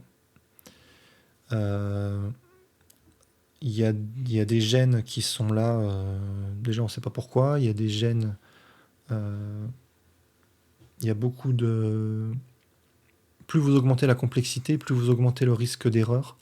Donc, il faut des mécanismes de correction d'erreur. Surtout au niveau des gènes, où vous ne voulez pas qu'il y ait d'erreur en fait, au niveau de la reproduction. Alors des toutes petites erreurs de temps en temps pour les bonnes mutations, pour l'évolution, c'est bien, mais d'un individu à l'autre, vous ne voulez pas qu'il y ait d'erreur. Et donc il y a des bouts de génome qui sont là juste pour éviter cette erreur quand vous avez des ADN trop développés. C'est spéculatif, non? Alors non, cette mesure n'est pas spéculative, c'est ce qui est mesuré. C'est une vraie mesure. On compte le nombre de gènes et on voit ça. Et on trace une échelle logarithmique et boum, ça fait une belle ligne droite. Et donc on remonte, comme pour la loi de Moore. Donc c'est là que c'est un peu... c'est là où on ne sait pas quoi répondre. Si on remonte la loi de Moore, ben on retombe sur la date du premier transistor, du premier processeur, avec voilà, quelques transistors, quelques centaines de transistors. Et si on fait pareil avec la loi de Moore biologique, alors oui, il y a beaucoup moins de points, mais bon, ils sont quand même sacrément bien alignés, avec la date d'apparition. Là, c'est la date d'apparition des différentes branches du vivant. Donc les vers, les poissons, les mammifères. Et donc, ils ont fait... c'est quand même 1, 2, 3... C'est quand même 5 points qui sont vraiment bien alignés. Voilà, on n'a pas un truc qui change de comportement. Après, bon, si ça n'avait pas été aligné en log, ils auraient peut-être utilisé autre chose et trouvé un autre alignement, mais 5 points, c'est déjà pas mal. C'est déjà pas mal. J'ai entendu, je ne sais plus où, que les acides aminés auraient très bien pu apparaître lorsque le CMB, donc le fond diffus cosmologique, était à 20 degrés. Oui, c'est intéressant, et ça rejoint un peu ça, ouais. Quelle température de l'univers il y a 9,5 milliards d'années? Donc oui, si on remonte, au lieu de tomber sur l'origine de la Terre, on tombe beaucoup plus tôt que ça. Donc il y a 9,5 milliards d'années, alors que la Terre a 4,5 milliards d'années seulement. Et donc on voit ça et on se dit, le vivant est apparu en dehors de la Terre. Alors c'est une conclusion qui est très rapide. Il y a plein de manières de s'en sortir autrement. Mais en science, il ne faut pas avoir peur de faire confiance aux données et à l'explication la plus simple qui soit. Si tu as des données alignées comme ça, l'explication simple, c'est que la vie est apparue là. Alors, des fois, on parle du rasoir d'Occam, etc. C'est pas un principe scientifique, le rasoir d'Occam. C'est pas parce que c'est simple que c'est vrai. Des fois, dans la vie, les choses sont compliquées. Des fois, tu n'as pas d'informations, il y a une hypothèse simple et une hypothèse compliquée qui te viennent en tête, et l'hypothèse simple, elle est fausse, en fait. Donc le rasoir d'Occam, c'est pas un principe scientifique. Mais bon, il faut quand même... faut pas avoir peur parmi toutes les hypothèses, de se dire qu'il y en a une qui est que la vie n'est pas apparue sur Terre. Et qu'il y avait déjà effectivement des acides aminés ou des petites molécules un petit peu complexes. Donc pas des cellules, les cellules elles sont là, mais voilà des petits bouts, des petits brins d'ARN qui se baladent peut-être sur une météorite dans de la glace, un peu isolé des rayons cosmiques, ou on ne sait pas. Mais il y a une possibilité. Voilà. Donc c'est pas du tout une conclusion. Voilà, vous ne tirez pas des conclusions aussi révolutionnaires avec 5 points. Mais moi j'aime bien, ça me fait plaisir ce genre de truc. Et 5 points, 5 points c'est beaucoup. Hein. Peut-être que ce sera développé avec plus de points. Et peut-être qu'on aura la réponse que quand on aura détecté de la vie sur d'autres planètes. Si jamais ça arrive.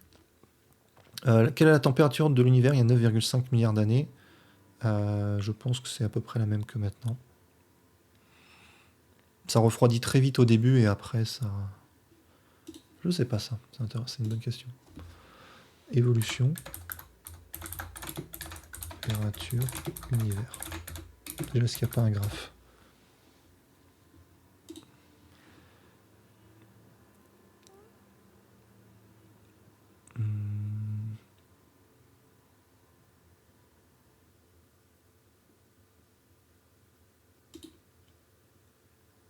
Ah, il faut la loupe là.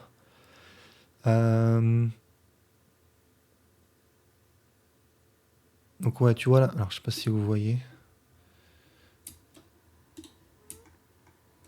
Bon, c'est ultra flou, hein, mais là la température, donc l'univers était extrêmement chaud au départ. Il a refroidi à mesure que le temps avance. Donc là on est là à 10 puissance 18 secondes. Donc rien qu'en divisant par 10, à 10 puissance 17, donc un univers 10 fois plus jeune. Donc au lieu d'avoir 13,8 milliards d'années, il a 1,4 milliard d'années. Tu vois, la température, elle a pas énormément augmenté. Est-ce qu'on peut faire un truc à la louche là?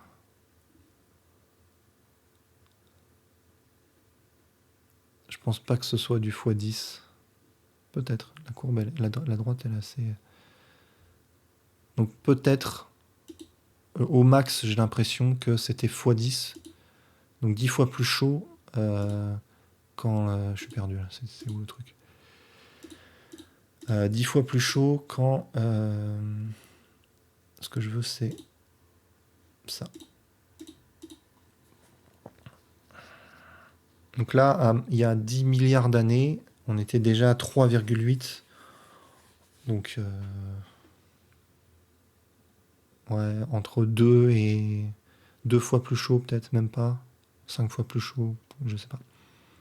Mais voilà, il faisait pas beaucoup de chaud. Mais oui, c'est intéressant de savoir quelle est la température qu'il faisait là. C'est une très bonne question. En vrai, ça reste très peu, je trouve, mais on peut commencer à se poser des questions. Oui, c'est bien trop peu pour conclure quoi que ce soit. Mais il y a quand même un truc. Il y a un truc. Ça soulève une question. Du coup, on peut anticiper à une date future déterminée un nombre de gènes. Tu nous fais une démo. Et ben, comme pour la loi de Moore électronique, malheureusement, je pense que ça a tendance à saturer. Et qu'au bout d'un moment... D'ailleurs, on le voit dans les espèces actuelles. Il y a des espèces qui sont pas très complexes, qui font pas grand-chose, genre des carottes, et qui ont des génomes plus développés que nous. Je sais plus. Alors, je dis carottes au hasard, mais... nombre de... Alors peut-être pas en nombre de gènes, mais en nombre de chromosomes. Nombre de gènes par espèce.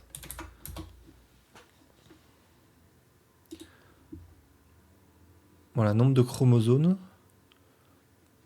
Alors les fougères, 1400. Le mûrier, 300.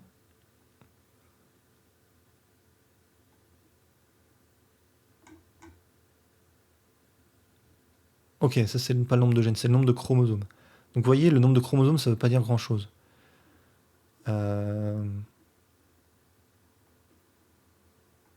Donc l'homme, 46, 2 fois 23.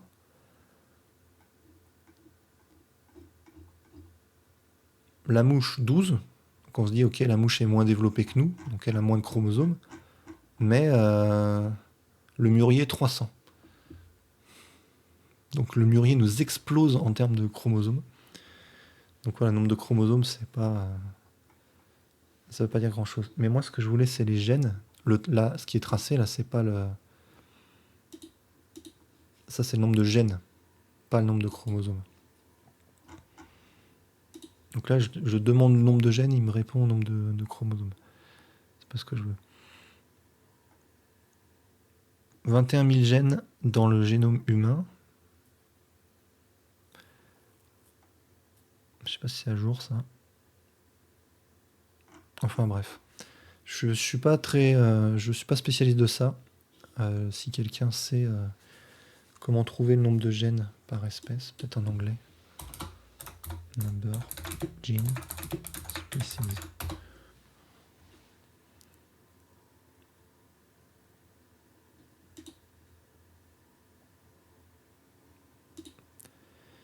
Ouais, là on voit un peu la même courbe. Là. Nombre de gènes en rose. Ah voilà. Donc là la tomate, c'est pas les chromosomes là, hein, c'est les gènes. Hein. Mais non, taille du génome. La taille du génome là ça fait qu'augmenter avec la complexité. Mais la tomate a beaucoup de gènes. C'était un peu le graphe au-dessus là. La taille du génome c'est pas le... Moi, je comprends pas. Je sais pas ce que c'est que la différence entre ce qu'ils appellent taille du génome, c'est pas le nombre de gènes. Je sais pas ce que c'est. Peut-être qu'il y a une histoire de redondance des gènes qui sont en double. Donc, pour répondre à la question, le nombre de gènes dans le futur, c'est pas dit que ça augmente.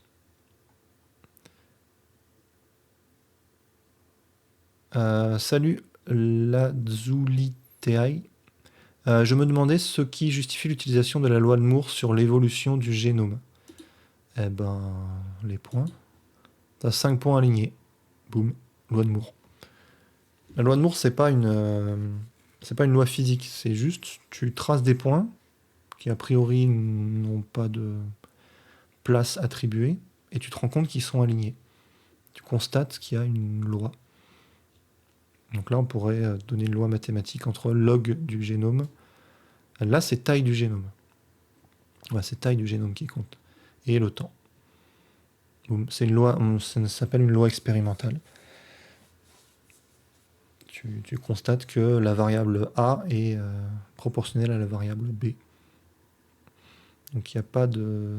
T'as pas besoin de plus de justification. Par contre, après, quand tu vois ça, effectivement, tu veux essayer de trouver des explications, quelque chose qui cause ça. Et ça, c'est des questions de complexité, et ça porte bien son nom, c'est très complexe. C'est un domaine qui est très porteur, les questions de complexité. C'est lié à ça, justement. Pourquoi est-ce que la complexité suit une loi comme ça? Pourquoi est-ce que c'est pas linéaire? Pourquoi est-ce que...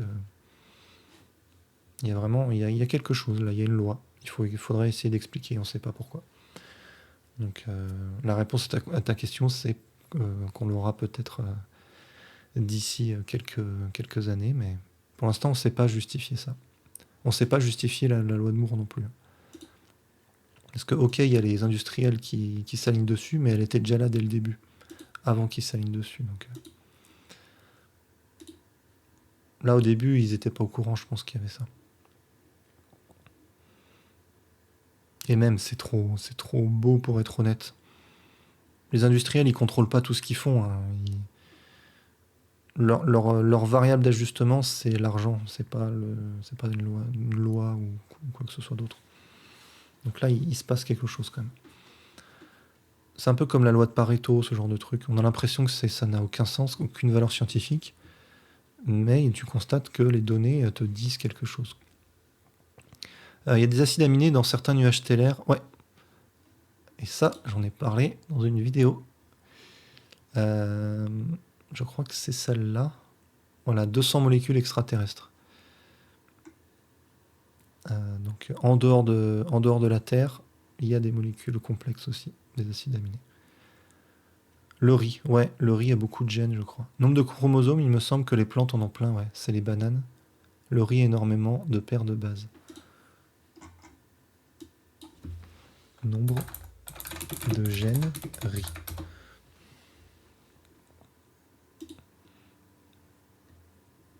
« 37 000 gènes, oui. Donc plus que les humains. Et bananes.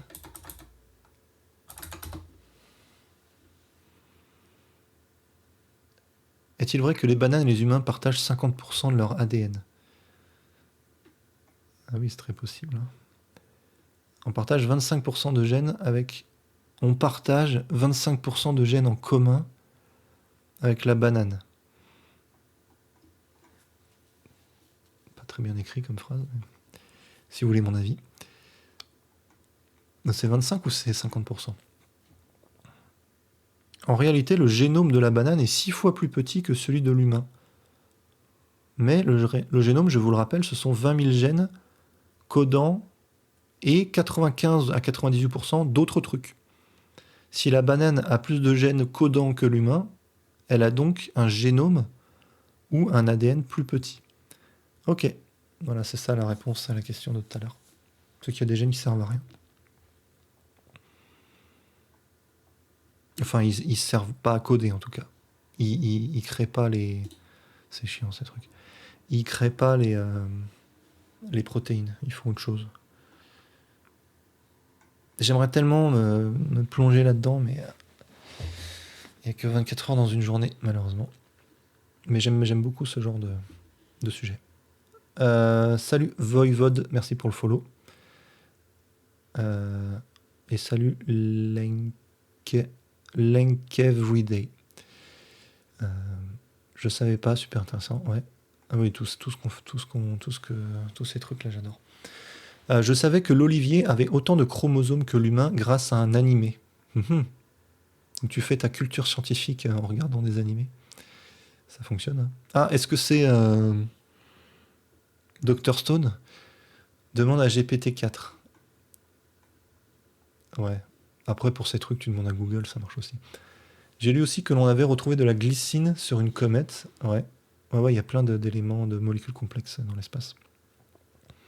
Un gène, ça doit être juste un truc qui donne une caractéristique, mais un gène peut être de taille différente.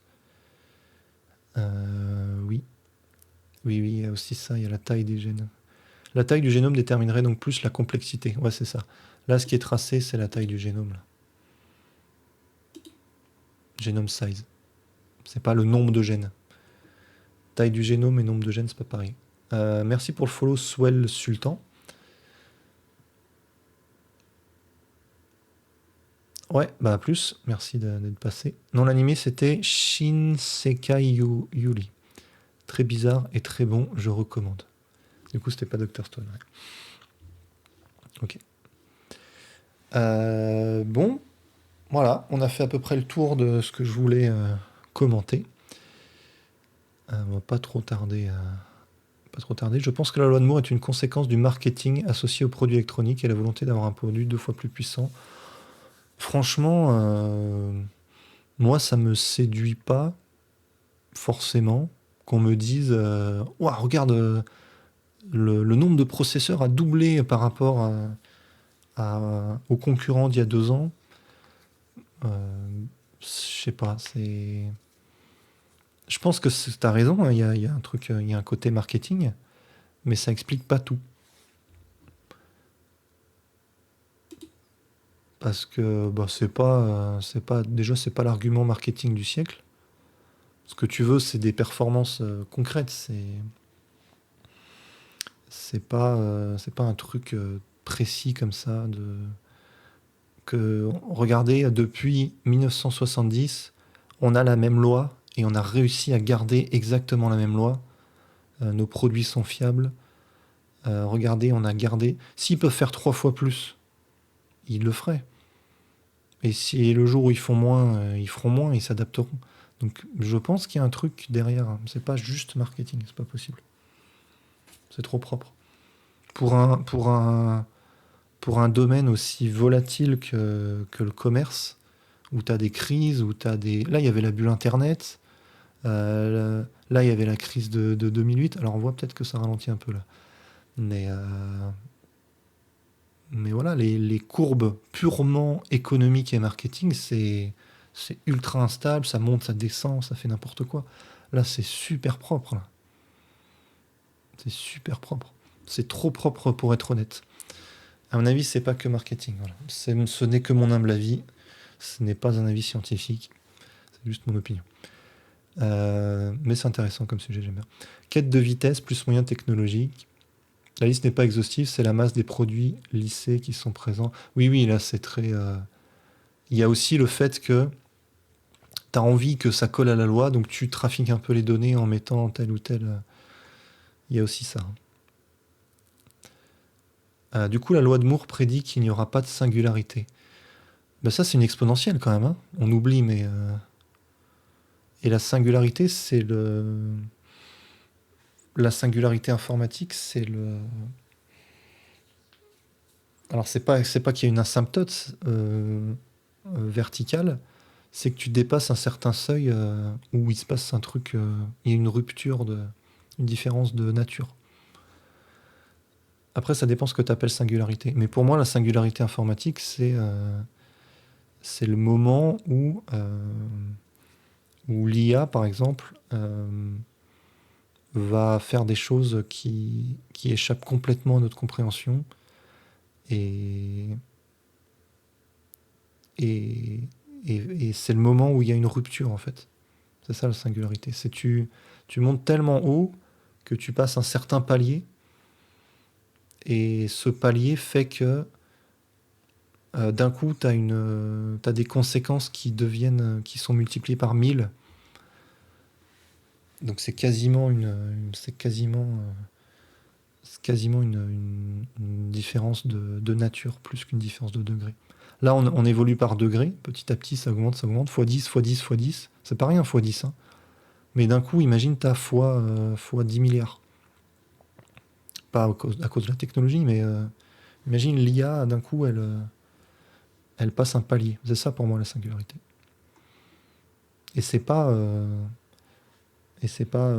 les gens, ils parlent de l'AGI, donc l'intelligence générale, en disant que ça devient quelque chose d'aussi performant que le cerveau humain et plus performant que les humains, etc. Mais pour moi, le danger de l'IA, c'est pas ça. On peut avoir des problèmes avec l'IA sans que ça ressemble à un être humain.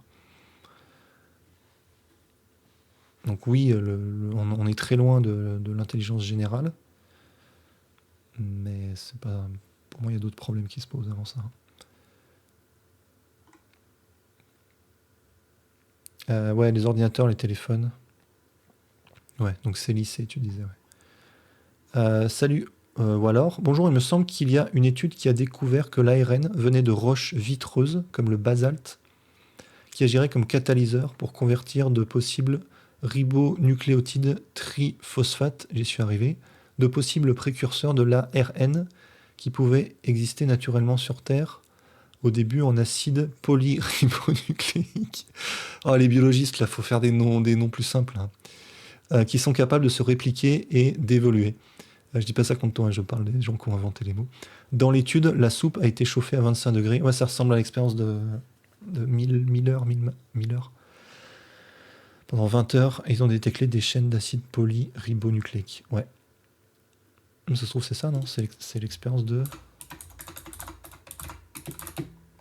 1000 heures.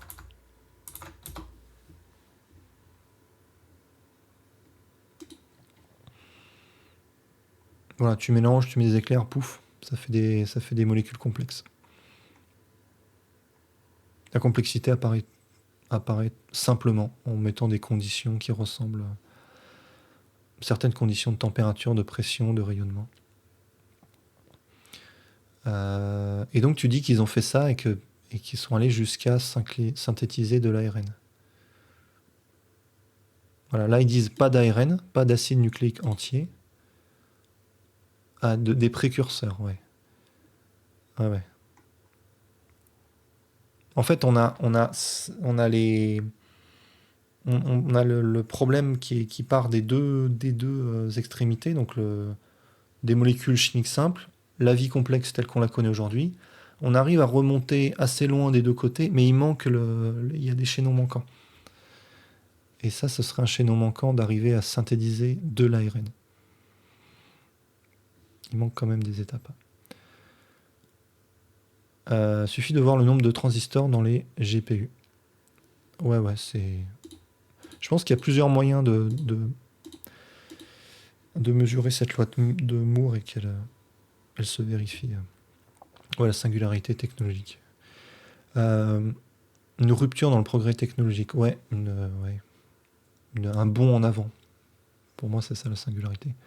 Après, il y a peut-être d'autres définitions. En fait, pour les industriels, je pense que d'un produit à l'autre, l'argument 2 fois plus pour quelque chose est suffisant et crédible pour le public. Ouais, ouais. Mais encore une fois, ça, pour moi, ça suffit pas à expliquer que ce soit aussi propre. Oui, et ils saturent. Ils sont capables de faire. Ils pourraient faire aller plus vite, mais ils suivent cette loi. Ok, bah, je garde, c'est dans l'historique aussi. Ça me rappelle une interview. Une IA aurait optimisé un process parfaitement, mais les scientifiques qui l'ont décortiqué sont restés perplexes parce que selon eux, ça ne pouvait juste pas fonctionner. Pourtant, c'était stable, fluide, optimal en vitesse. C'est comme quand tu corriges un code et que ça marche et que ça devrait pas marcher. C'est le pire, ça.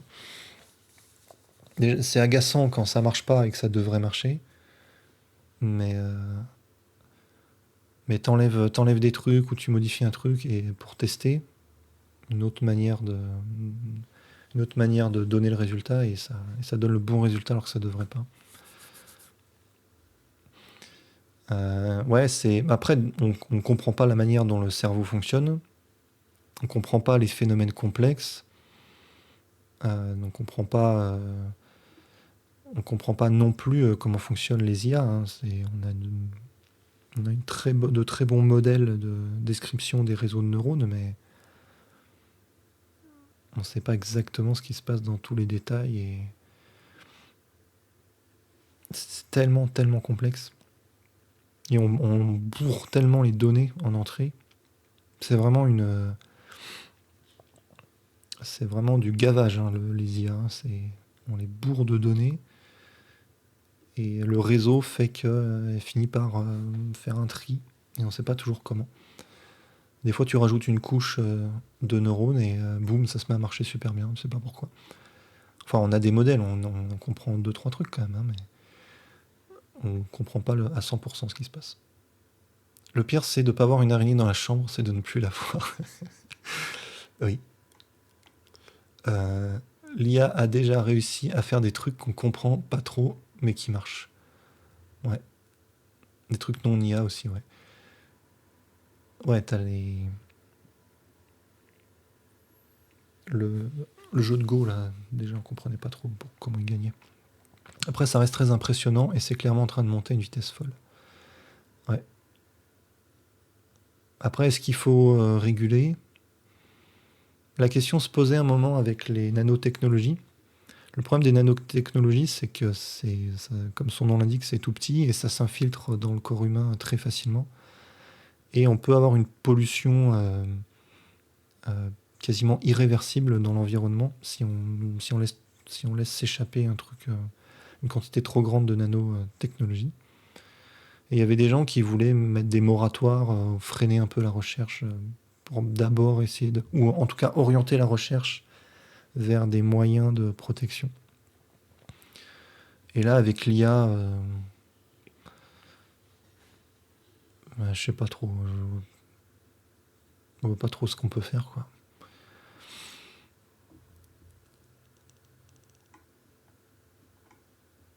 Même si on a envie de trouver, même si on se rend compte qu'il y a un problème dans un potentiel danger, c'est un peu hors de contrôle. C'est ça qui fait un peu flipper les gens.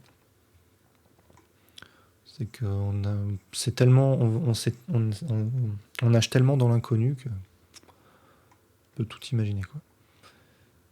Après, faut pas non plus crier l'apocalypse pour tout et rien, mais bon là, il se passe un truc qu'on comprend pas, quoi, et qui nous dépasse un peu.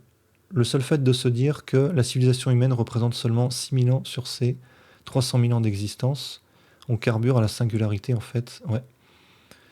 Ouais, il y a des développements, c'est des sortes de lois de Moore, ouais, des exponentielles s'enchaînent les unes aux autres. Et même sur ces 6000 ans, quand tu compares ce qui s'est passé en 6000 ans et ce qui s'est passé ces 200 dernières années, c'est incroyable. Le fameux côté boîte noire, ouais. Donc tu nous dis que même les concepteurs qui pourtant savent ce qu'ils donnent au learning ne comprennent pas le chemin choisi par l'IA. Oui, oui. Mais même, ils savent pas ce qu'ils donnent. Ils balancent des données agglomérées par... c'est du gavage, quoi. C'est vraiment... Ils donnent à manger Internet à leur truc. Donc non, ils savent pas ce qu'ils donnent non plus. Tu peux pas contrôler toutes les données d'Internet non plus, quoi. Est-ce que ça reproduit un apprentissage humain lent? D'une certaine manière, mais il y a des différences fondamentales quand même. Il y a des neurones, mais c'est pas des vrais neurones, c'est pas des neurones biologiques. Et il n'y a pas le. Nous, on a une manière de survivre et d'appréhender le monde qui est à la fois perçue, à la fois acquise par l'éducation, mais aussi qui est encodée dans nos gènes. Par exemple, tu sais génétiquement qu'il faut pas sauter dans le vide. T'as pas besoin qu'on te l'apprenne. Un gamin, il a peur. C'est pas les parents qui ont dressé le gamin à avoir peur du vide. C'est quelque chose d'instinctif, quoi. Et donc c'est codé dans les gènes. Et donc oui, c'est lent, c'est encore plus lent que ce qu'on pense. L'apprentissage humain, c'est des millions d'années d'apprentissage. Et là, en quelques années, boum, tu bourres un truc en essayant de donner les mêmes résultats. Donc c'est pas les mêmes processus. Moi, j'aimerais des contrôles au niveau de la génération d'images par IA. Ouais, il y a des choses qui sont en train d'être faites, j'ai vu là-dessus. Les deepfakes, tout ça, Là, on a vraiment une menace concrète, facile à réguler. Tu t'interdis ça. Et... Voilà, les gens qui voient la photo de leur gamine de 12 ans sur Internet dans des deepfakes, voilà, ça c'est facile à comprendre qu'il faut interdire ça. Et donc là, on peut faire quelque chose. Mais bon, il y a d'autres trucs où c'est tellement imprévisible. Un humain multiplie les expériences pour apprendre. Pour les IA, on les lui soumet à la chaîne. Oui, oui. Et d'ailleurs, c'est ce que je disais, ces expériences-là, elles sont aussi génétiques, inclus dans tes gènes. Merci Mestema pour le follow. Genre, il y a une obligation pour les logiciels d'ajouter un Made by AI. Ouais. Ben, moi, quand j'upload les vidéos YouTube, maintenant, ils me demandent s'il y a bien... Alors, pas Made by AI. Mes miniatures, par exemple, c'est Midjourney. Donc ça le dérange pas, YouTube. Par contre, ce qu'il veut pas, c'est les deepfakes. Donc faire dire à quelqu'un quelque chose qu'il n'a pas dit, faire apparaître l'image de quelqu'un, voilà, les deepfakes. Mais le Midjourney, il n'y a pas de problème sur YouTube. Tu crées un modèle qui apprend tout seul, tu comprends le modèle, mais tu comprends pas l'apprentissage. Ouais, ouais, l'apprentissage, c'est difficile de... C'est tellement compliqué. Tous ceux qui n'avaient pas peur du vide ne sont plus là. Ouais, exactement. C'est la très bonne, c'est vraiment la bonne manière de comprendre l'apprentissage génétique. Ça. C'est que les gens qui n'avaient pas ce trait ont disparu. Ce qui est codé dans les gènes a été appris par expérience par les générations précédentes. C'est littéralement les IA par algorithme génétique. Ouais, ça c'est trop cool aussi. Les IA par algorithme génétique. J'aime bien ce genre de truc. Bah, dans Trackmania d'ailleurs, t'as ça assez souvent. Il fait rouler 100 voitures et il prend les 10 meilleures et il utilise le génome de ces voitures-là. Il fait des mutations et à partir de ça, il relance et il reprend les 10 meilleures, etc. Bah, il fait des algorithmes génétiques. Ok, bon, eh ben, je vais m'arrêter là. On va s'arrêter là. C'était très cool. Merci pour toutes vos questions et vos commentaires. La vidéo d'apprentissage de la boxe à des polygones reste la meilleure. C'est laquelle? C'est dans... c'est la chaîne qu'on regardait tout à l'heure, là. Apprentissage boxe. C'est en anglais? Polygone. Elle va pas trouver. Vas-y, bah mets-moi le lien. Comme ça, je regarderai. Voilà. Bon, on va s'arrêter là. Merci à tout le monde. C'était très cool. J'ai l'impression qu'il y a de plus en plus de monde à chaque live. C'est super sympa. On est encore à un nombre tranquille, donc je peux répondre à toutes les questions. Grand merci à toi et pour ta chaîne. Mon papa et moi-même dévorons chacune de tes vidéos. Bah merci. Merci pour vos commentaires. Ça fait toujours plaisir. Des fois, les gens se disent qu'un commentaire de plus ou de moins, ça change rien, mais sachez que ça fait toujours plaisir. Voilà. Bon, bah, je vous souhaite une bonne soirée. Et on se retrouve sûrement pour le live de la prochaine vidéo. Donc la 3e sur l'entropie, qui arrivera d'ici 3-4 semaines. Et donc, alors justement pour les annonces, donc si vous voulez pas mettre les alertes Twitch,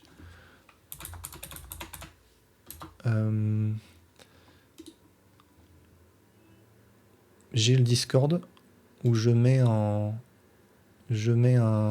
at everyone là pour prévenir tout le monde. Donc vous pouvez rejoindre le Discord si vous voulez. Copier, tac, coller. Voilà, je vous ai mis le lien dans le chat pour le Discord. Et là, je vous mets les alertes. Je vous annonce quand il y a un live. Sinon, dès que vous voyez la vidéo sur YouTube, vous savez qu'il y a le live à 20h. Et ok, merci Bobby. J'ai regardé ça. Et voilà, c'est à peu près tout. Avant, je les annonçais sur Twitter aussi, mais je le fais plus. Ouais, essentiellement, c'est soit Discord, soit les alertes Twitch, soit, vous savez, quand il y a une vidéo YouTube, qu'il y a le live dans la foulée. Merci à tout le monde. Portez-vous bien. Que la science soit avec vous. C'est en train de devenir le slogan de la chaîne. Voilà. Et puis, je vous dis à très bientôt pour de nouvelles aventures scientifiques. Allez, merci pour vos questions, c'était très cool. À plus.